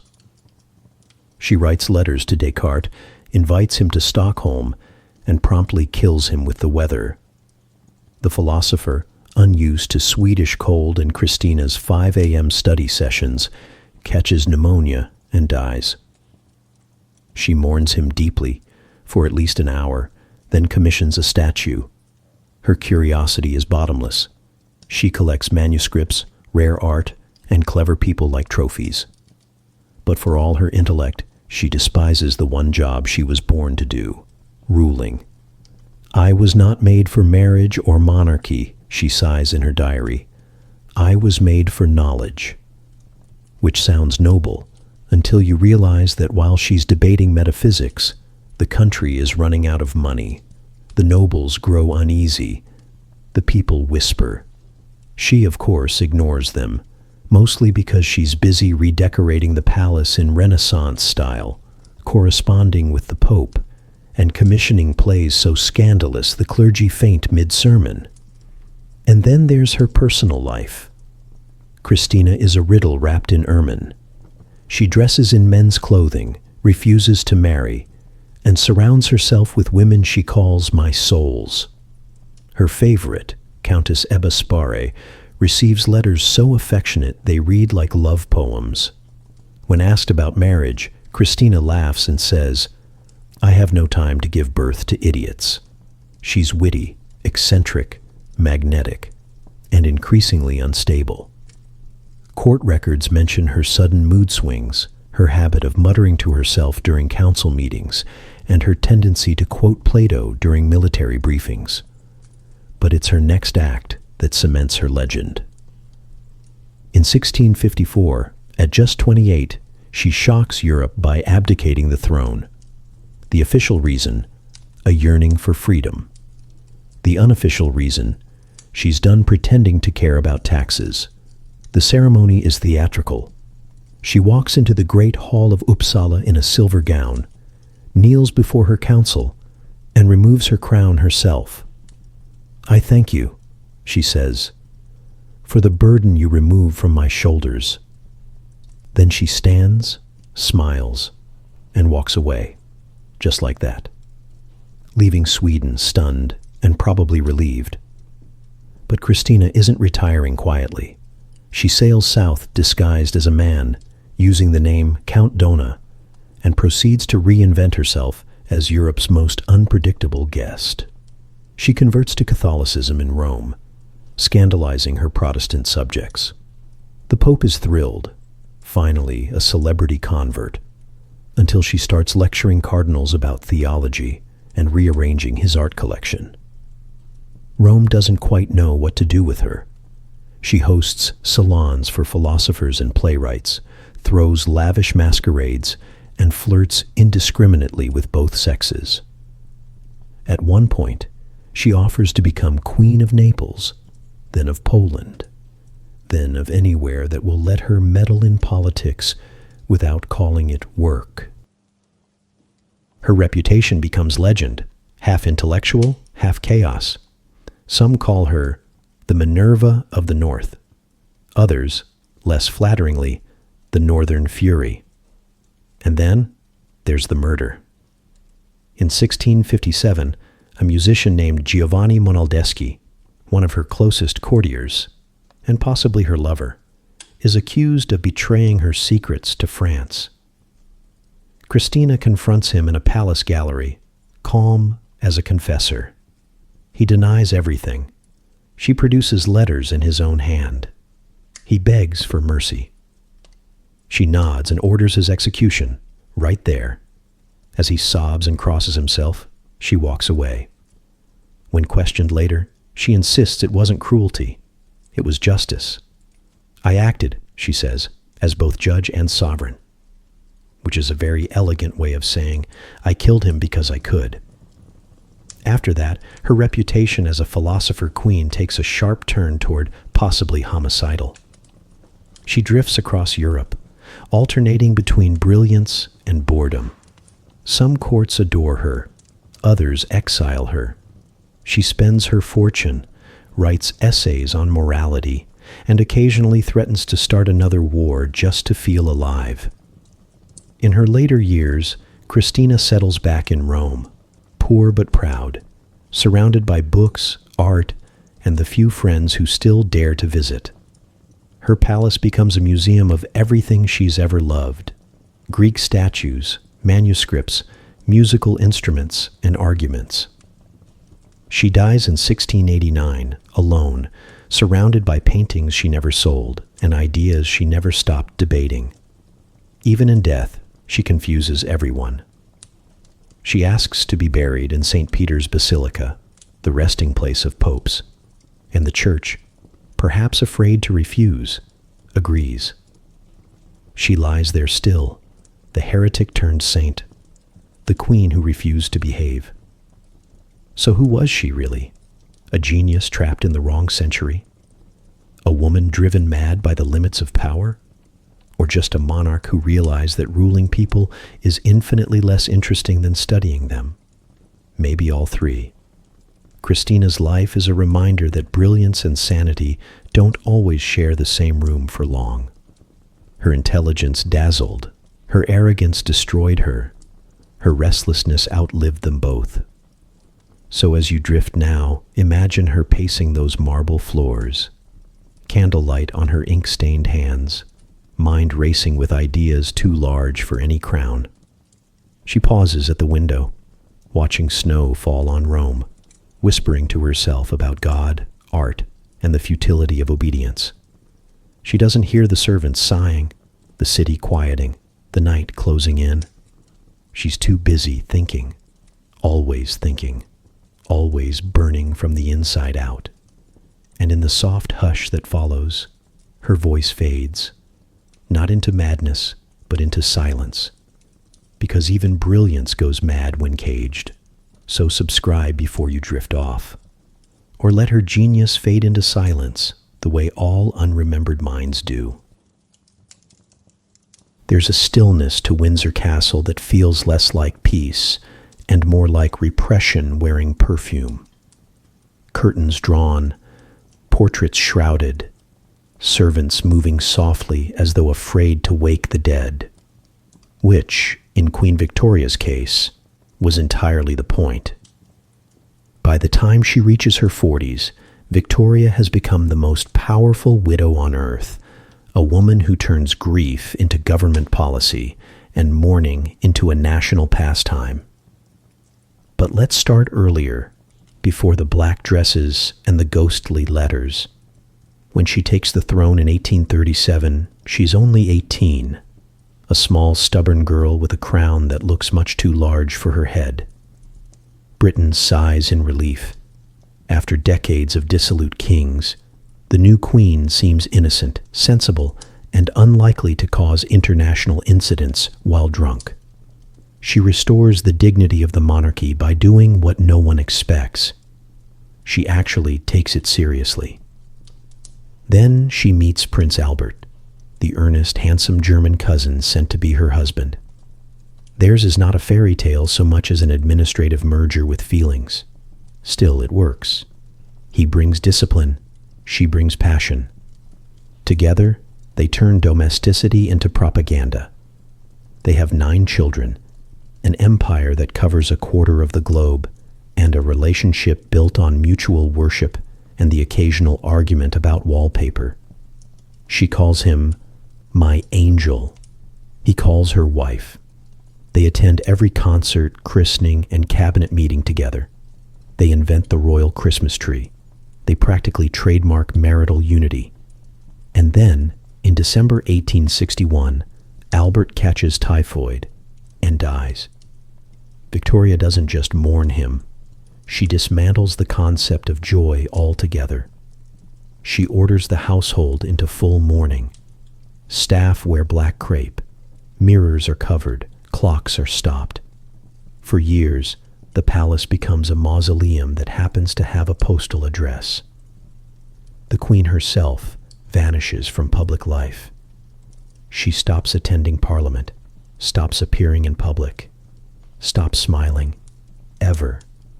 She wears black for the next 40 years, a fashion choice that quietly terrifies half the empire into doing the same. Newspapers plead with her to resume her duties. Politicians hint delicately that perhaps an appearance or two might prevent revolution. She ignores them all. The only person she speaks to regularly is John Brown, a blunt Scottish servant whose job it is to walk her horses and absorb her melancholy. Rumors blossom, naturally, that Brown is more than a servant, that he comforts the Queen in ways unbecoming of a subject. Victoria, for her part, finds the gossip both offensive and invigorating. It reminds people she's still alive. Her grief isn't entirely personal, it becomes performative, an art form. She writes endless journal entries addressed to Albert as if he's merely stepped out for a meeting. She has his rooms kept exactly as they were, the towels changed daily, the shaving water poured fresh each morning. She even insists the servants bring his hot chocolate at bedtime. If this sounds obsessive, it is. But in a strange way, it works. Her mourning transforms her image. She becomes not just a widow, but the widow of empire, a symbol of endurance, respectability, and moral authority in an age that worships self-control. The Victorians, ever impressionable, follow suit. Mourning becomes a full-time job. There are etiquette manuals on how to grieve properly, how long to wear black for a cousin, 6 months, a spouse, 2 years minimum, or a monarch, forever, apparently. Funeral industries boom. Jewelry made from the hair of the deceased becomes fashionable. Photographs of dead children, posed as if asleep, decorate parlors. The line between devotion and delusion blurs into aesthetic. And behind it all, the Queen watches from the shadows, satisfied that even death now obeys her rules. Politically, she is still formidable. She may refuse to leave her castle, but her letters fly across the empire like homing pigeons. Prime ministers from Disraeli to Gladstone learn that every royal audience will involve a small chair, a long lecture, and absolutely no dissent. Disraeli, ever charming, flatters her shamelessly and wins her loyalty. Gladstone, earnest and intellectual, tries reason and finds it a losing strategy. She writes in her diary, "He speaks to me as if I were a public meeting." By the late 1800s, her face is everywhere, on coins, stamps, and an alarming number of colonies. From Canada to India, she's less a monarch than an omnipresent brand. The empire calls her mother, though her parenting style involves long-distance judgment and no supper. Her subjects adore her, though many have never seen her. The irony of Victoria's reign is that the more she withdrew, the more her myth grew. Absence became majesty. Silence became strength. Yet privately, she remains haunted by Albert's ghost, by her own aging, by the weight of endless ritual. She holds seances, consults mediums, and writes to spiritualists in the hope of hearing his voice again. It's not madness exactly, just grief stretched so long it begins to look like religion. In her later years, she softens, at least in perception. She reemerges into public life, gray and stately, a grandmotherly figure who presides over jubilees with trembling hands and a stoic smile. Crowds roar, cannons fire. The empire she once ruled by letter now worships her memory in real time. And yet, in private, she still orders Albert's chamber kept as it was. The towels changed, the water refreshed, the silence maintained. When she dies in 1901, after 63 years on the throne, she's buried in white, not black, clutching a lock of Albert's hair and one of John Brown's handkerchiefs. Ever the organizer, she plans her own funeral in advance, ensuring it includes military precision and emotional chaos. With her death, the age that bore her name collapses into modernity. The empire will never again be that vast, that confident, or that quietly afraid. Queen Victoria left behind more than a nation. She left a blueprint for grief itself. Her reign taught the world that sorrow could be sacred, that emotion could be managed, and that control, even over pain, was its own kind of crown. So as you drift now, imagine her sitting alone in a candlelit room. Black silk, pale face, hands folded over letters written to a man long gone. The clocks tick softly around her, keeping time for a heart that refuses to. Outside, the empire hums, trains whistle, the world spins faster. Inside, she still waits for a footstep that never comes. The palace is silent, but for one sound, the steady, patient ticking of clocks that outlive their queen. And each one ticks louder than her own heart. The sea at night has a particular kind of silence. Not peace exactly, but something older, something that listens back. The Adriatic stretches dark and endless, broken only by the flicker of torches on wooden decks. Oars dip, waves whisper, and the horizon glows faintly red where another Roman ship is burning. At the helm stands Queen Tuta of Illyria, the woman the Romans will later call the Pirate Queen. She prefers Sovereign of the Sea. Titles are flexible when you have enough warships. It's the 3rd century BCE, and Illyria, roughly modern-day Albania and the Dalmatian coast, is a jagged strip of mountains and salt air. It's not an empire of marble or philosophy. It's an empire of sailors, raiders, and people who consider privateering a legitimate career path. And Tuta, widow of King Agron, rules it all. Agron had built a fleet strong enough to make even the Greek city-states nervous.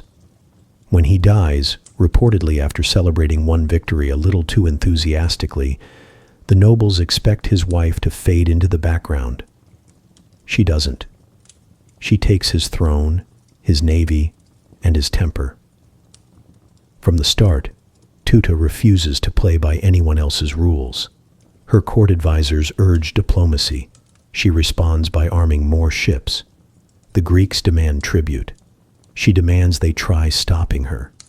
She turns piracy from a national embarrassment into an export industry. Her policy is simple. If it sails, it pays. And the Adriatic at this point in history is crowded. Greek merchants, Roman traders, fishermen, smugglers, all easy prey. Tuta's ships become a plague on the water. They attack by moonlight, disappear by dawn, and divide the spoils evenly. Under her, Illyria's ports swell with silver, slaves, and stories. When captured merchants complain, she shrugs. "It is the custom of my people," she explains. "The sea belongs to those who command it." It's a fine line between piracy and patriotism, and Tuta dances along it gracefully, until she raids the wrong ships. Those ships, unfortunately, belong to Rome. At first, Rome treats the matter like an accounting error. They send ambassadors to discuss the situation. The delegation arrives in Tuta's court with the kind of arrogance only Romans can manage. They remind her that piracy is illegal, that Rome commands the Mediterranean, that perhaps she's misunderstood her position. Tuta listens politely. Then she informs them that, as queen, she can't possibly control the behavior of every ship in her domain. They act on their own initiative, she says with an innocent smile, and I have no right to forbid them profit.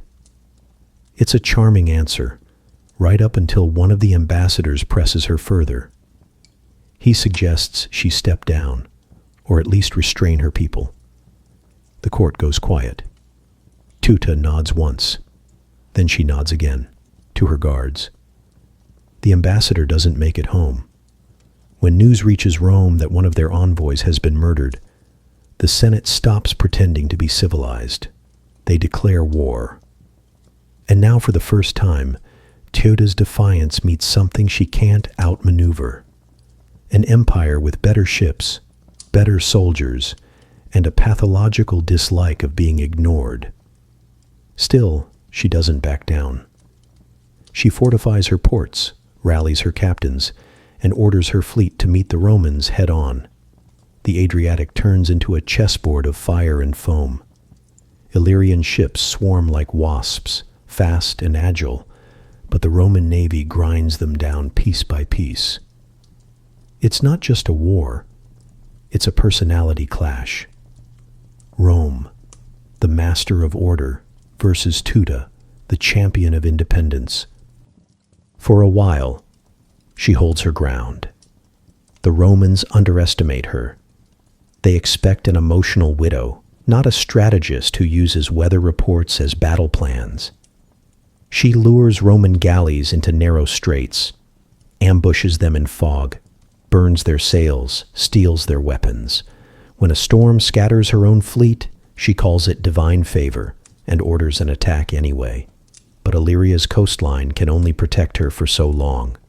By 228 BCE, Roman forces march inland. Her allies surrender one by one. Her admirals are captured. Her ports fall silent. Finally, Tuta retreats to the fortress city of Rhizon. The Romans demand surrender. She refuses. They besiege the city. She holds out through winter. Eventually, surrounded and out of supplies, she negotiates peace on her own terms. She agrees to pay tribute and limit her rule to the northern coast, but she doesn't apologize. When asked to renounce piracy, she simply smirks. The sea, she says again, belongs to those who command it. Even the Romans grudgingly admire her. They call her stubborn, savage, arrogant, which, translated from Latin, means a woman who said no. After the war, she fades from the record, as women in ancient history tend to. Some say she retired quietly, others that she was assassinated.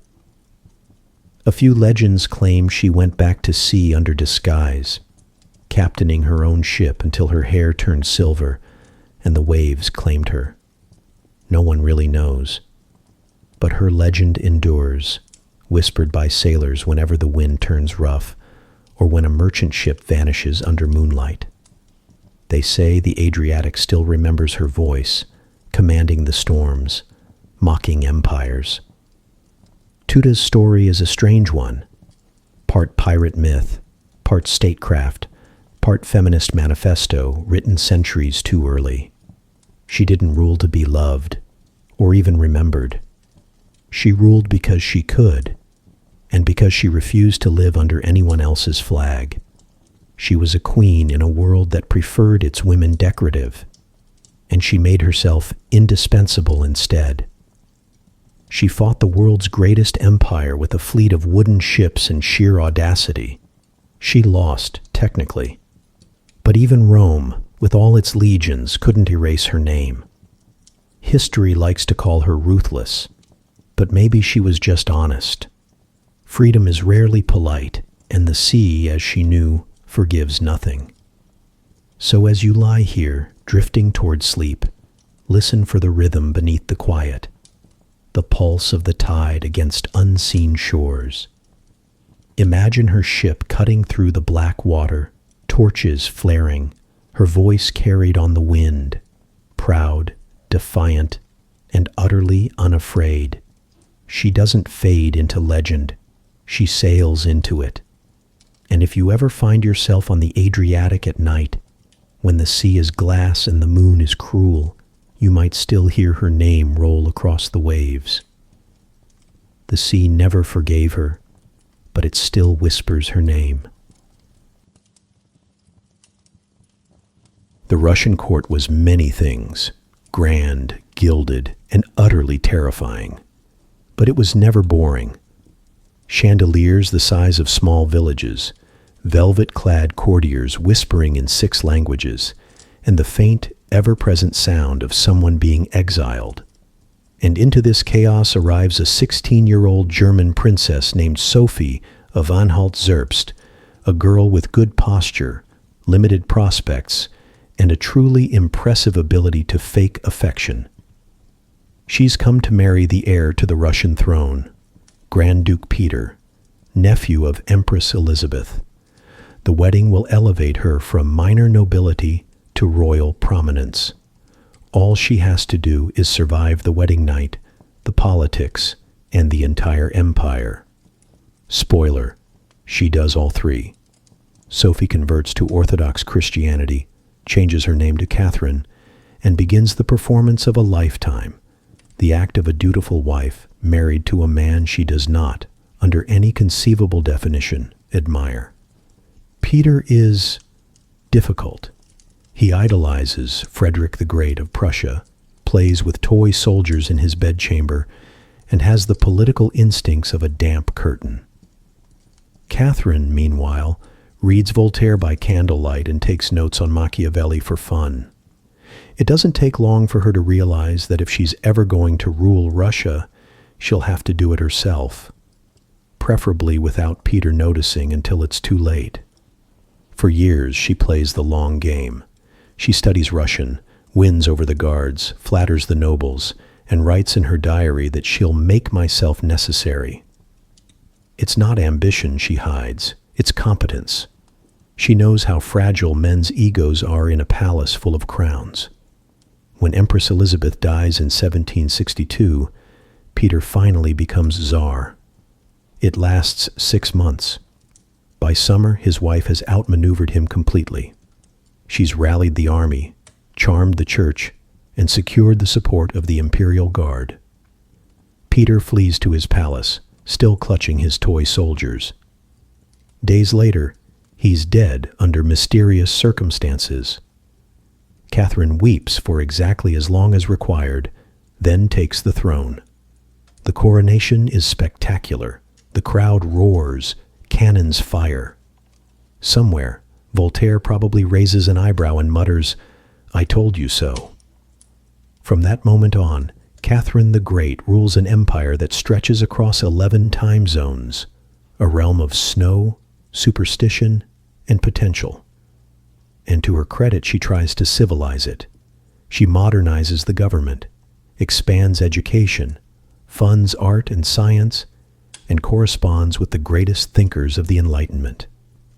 She writes laws, plans hospitals, and founds the Hermitage Museum, because if you're going to be autocratic, you might as well have excellent taste. Russia begins to look almost European, almost enlightened, almost free. But enlightenment, as it turns out, is easier to print than to practice. Her reign is haunted by contradictions. The philosopher queen who owns 500,000 serfs, the reformer who crushes peasant revolts, the progressive who censors books when they get too clever. And then there are the lovers. Catherine's love life has inspired more gossip than most wars. After Peter's death, she surrounds herself with a steady rotation of handsome men, some ambitious, some decorative, all loyal for as long as she's interested. She treats affection like diplomacy, brief, practical, and beneficial to both parties until further notice. Her most famous partner, Grigory Potemkin, is the exception. Brilliant, tempestuous, and nearly her equal, he becomes her advisor, confidant, and soulmate in strategy. Together they expand the empire, conquer Crimea, and invent what might be history's first political situationship. Even after they part romantically, she keeps him close, a testament to both her heart and her efficiency. She once writes, "Power without friendship is a barren thing," which, given her track record, is almost touching. But power never sleeps. The bigger the empire grows, the more it consumes. Catherine's reforms falter under their own weight. The nobility grows restless, the peasants poorer, and rebellion festers. In 1773, a Cossack named Yemelyan Pugachev claims to be her supposedly dead husband, Peter, returned from the grave to reclaim the throne. Tens of thousands rally to his banner. It's less a rebellion and more a horror movie come to life. Catherine responds the way enlightened rulers always do, with artillery. The revolt is crushed, Pugachev is executed, and the Empress rediscovers her appetite for autocracy. She tightens control over the nobility, expands her secret police, and begins to look suspiciously like the tyrants she once promised to replace. The years roll on. She ages gracefully but never gently. She still writes essays on morality and friendship. But her letters grow colder, her handwriting sharper.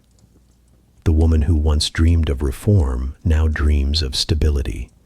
Her brilliance remains undeniable. Under her rule, Russia becomes a European power, its borders stretching from the Baltic to the Black Sea. Yet every triumph feels a little heavier, every reform a little emptier. The philosopher Empress becomes the architect of bureaucracy. The visionary becomes the overseer. And through it all, she never forgets what power costs. She outlives her enemies, her lovers, and even her illusions. By the 1790s, her court is full of flatterers and sycophants, people who speak softly and never too truthfully. The Enlightenment she once adored has turned to revolution in France, and she watches in horror as another queen loses her head to the same ideals she once quoted over tea. Catherine dies in 1796, sitting at her desk, pen still in hand. A fitting end for a woman who wrote her way into history. She's buried beside Peter, the husband she overthrew, perhaps as a final gesture of irony.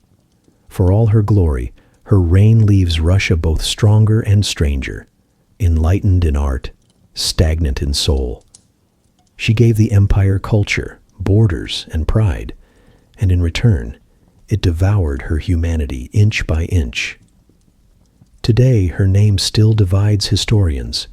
Was she a visionary or a hypocrite, a liberator or a despot?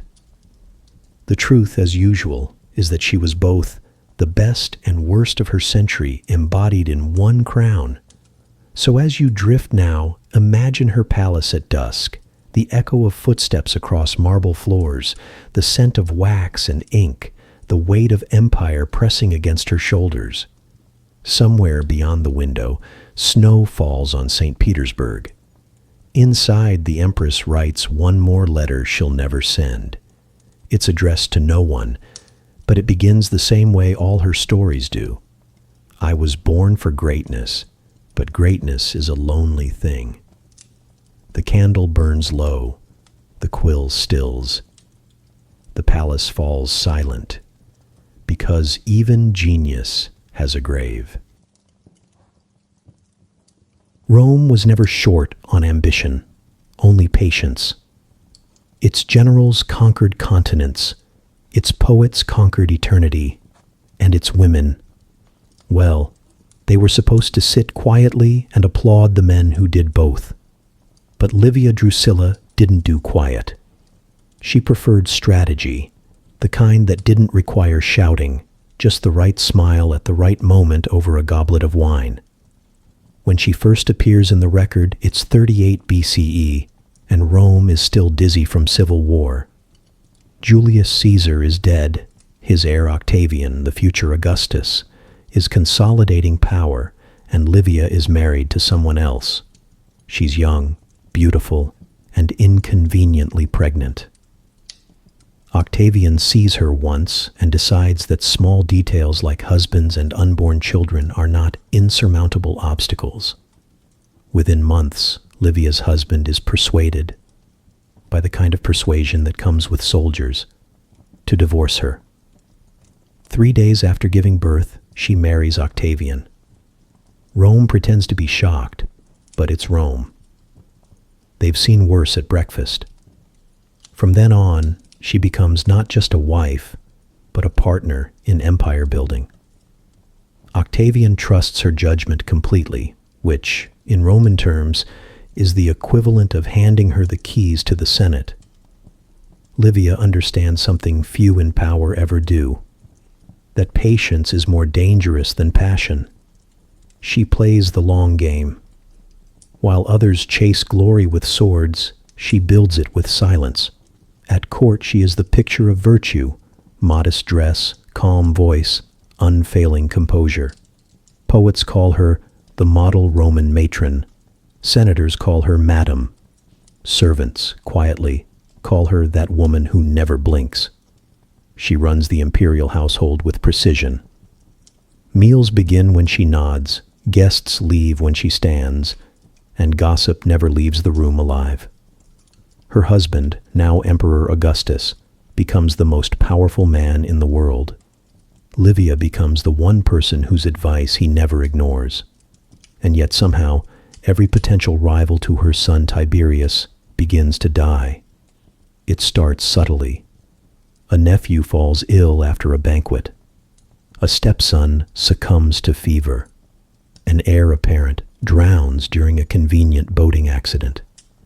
The empire whispers, but never loudly, because no one wants to accuse the emperor's wife of serial murder. Besides, there's never any proof, only patterns. Ancient historians like Tacitus and Suetonius, who never met a rumor they didn't like, paint her as the grand puppeteer of the early empire, a woman who shaped Roman succession like a sculptor chiseling marble. They claim she poisoned rivals with figs dusted in venom, bribed servants to slip drafts into cups, and smiled gently as fate did the rest. But the truth, as always, is hazier. Whether she truly killed anyone remains uncertain. What's undeniable is that she benefited whenever someone inconvenient died. And in politics, that's usually enough. Livia becomes the empress who never holds official power, yet nothing moves without her touch. She drafts letters, advises on laws, manages estates, and cultivates an image of serene piety. She builds temples to the goddess Concordia, while quietly ensuring that the only real harmony in Rome is the kind she controls. Augustus adores her. He calls her "my dear Livia" in letters, praises her virtue, and even credits her with keeping him alive through endless intrigue. She keeps his health regimen strict, his diet minimal, and his enemies nervous. There's a famous anecdote, possibly true, possibly invented, that she once served him figs from her own garden. Later, when asked about the rumors of poison, she replies with perfect serenity, "If I had wanted him dead, he would be." That's Livia in one sentence. Elegance with an aftertaste of menace. Her greatest triumph is not her husband's empire, but her son's inheritance. Tiberius, her child from her first marriage, is moody, antisocial, and generally unpleasant. But Livia shapes him like a sculptor shapes marble, one quiet command at a time. When Augustus begins to doubt Tiberius's fitness for rule, several alternate heirs appear, young, promising, inconveniently alive. One by one, they perish. By the time Augustus dies in 14 CE, Tiberius is the only viable option left. Coincidence? Possibly. Livia smiles and lets historians decide. Augustus's death itself raises eyebrows. Some say he ate too many figs from Livia's garden. Others say he simply grew old. The only one who knows for sure is Livia, and she's not talking. After his death, she's elevated to near-divine status. The Senate grants her the title Augusta, making her the first woman in Roman history to wield political power openly. She becomes the mother of the nation, revered, feared, and very much in control. Her relationship with Tiberius, however, is complicated. He resents her influence, but he can't escape it. She meddles in his appointments, corrects his speeches, and writes letters to the governors behind his back. He tries to exile her from politics. She replies by reminding him she invented his career. In the end, he retreats to Capri, possibly for peace, possibly for survival. Livia stays in Rome, ruling the empire by correspondence. She lives to the astonishing age of 86, a rare feat in an age where most emperors didn't survive their own dinners. When she finally dies in 29 CE, she leaves behind a dynasty built on patience, charm, and very selective mortality. Later, emperors will imitate her, poets will vilify her, and playwrights will turn her into Rome's original femme fatale, the woman who weaponized virtue. But behind the myths lies something simpler. A person who understood that in a world of men who killed for power, the most efficient assassin was often the one who didn't have to lift a finger. Livia's Rome is long gone now, the marble cracked, the gardens dust. But her influence lingers in every dynasty that learned the art of political silence, the power of seeming harmless until no one else is left standing. So as you drift into sleep, picture her seated at a long marble table, a single goblet before her. The wine glows dark red in the lamplight. Around her, senators murmur, slaves hover, and the air smells faintly of figs. She doesn't speak. She doesn't need to. Her eyes move once across the room, and the conversation dies. History remembers emperors for the battles they fought. Livia is remembered for the ones no one ever saw. Her secret was simple. Why raise your voice when you can raise a glass? The torches fade. The marble cools. Somewhere in the stillness of Rome's endless night, her voice lingers, smooth, measured, unhurried. Power isn't taken, she whispers. It's survived. And then silence, the kind that could poison anything it touches. She never raised her voice, only her glass. You've traveled through centuries tonight, through empires gilded in gold and washed in blood. From candlelit palaces to storm-lashed decks, you've met women who ruled not by chance, but by will. Some wielded knives. Others wielded silence. A few wielded ideas so dangerous that even time flinched before them. History remembers its kings for conquest, but it fears its queens. Because kings expand borders. Queens redraw them, in ink, in poison, in law, in legend. Each one you've met tonight carried her own madness like a crown. Wu Zetian's brilliance sharpened into paranoia, Ranavalona's purity into terror, Mary's faith into fire, Irene's love into cruelty, Catherine's genius into hunger. Even Victoria, draped in mourning black, ruled her grief so tightly that an empire learned to fear emotion itself. And yet, beneath the executions, the politics, the endless pageantry, there's something achingly human. Each of them wanted control over their nations, over their lives, over their own stories in a world determined to write them as footnotes. They became the architects of their own myths, because that was the only kind of freedom history allowed them. So as you lie here, let the echoes fade.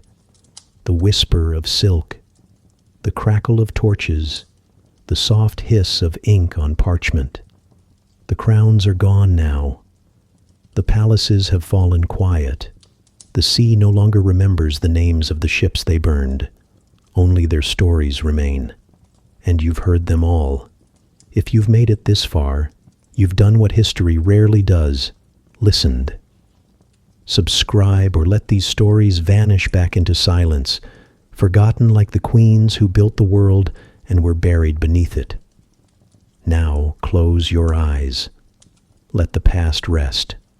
Let the shadows of their courts drift into sleep beside you, because even the most maniacal hearts, in the end, desired only one thing: peace.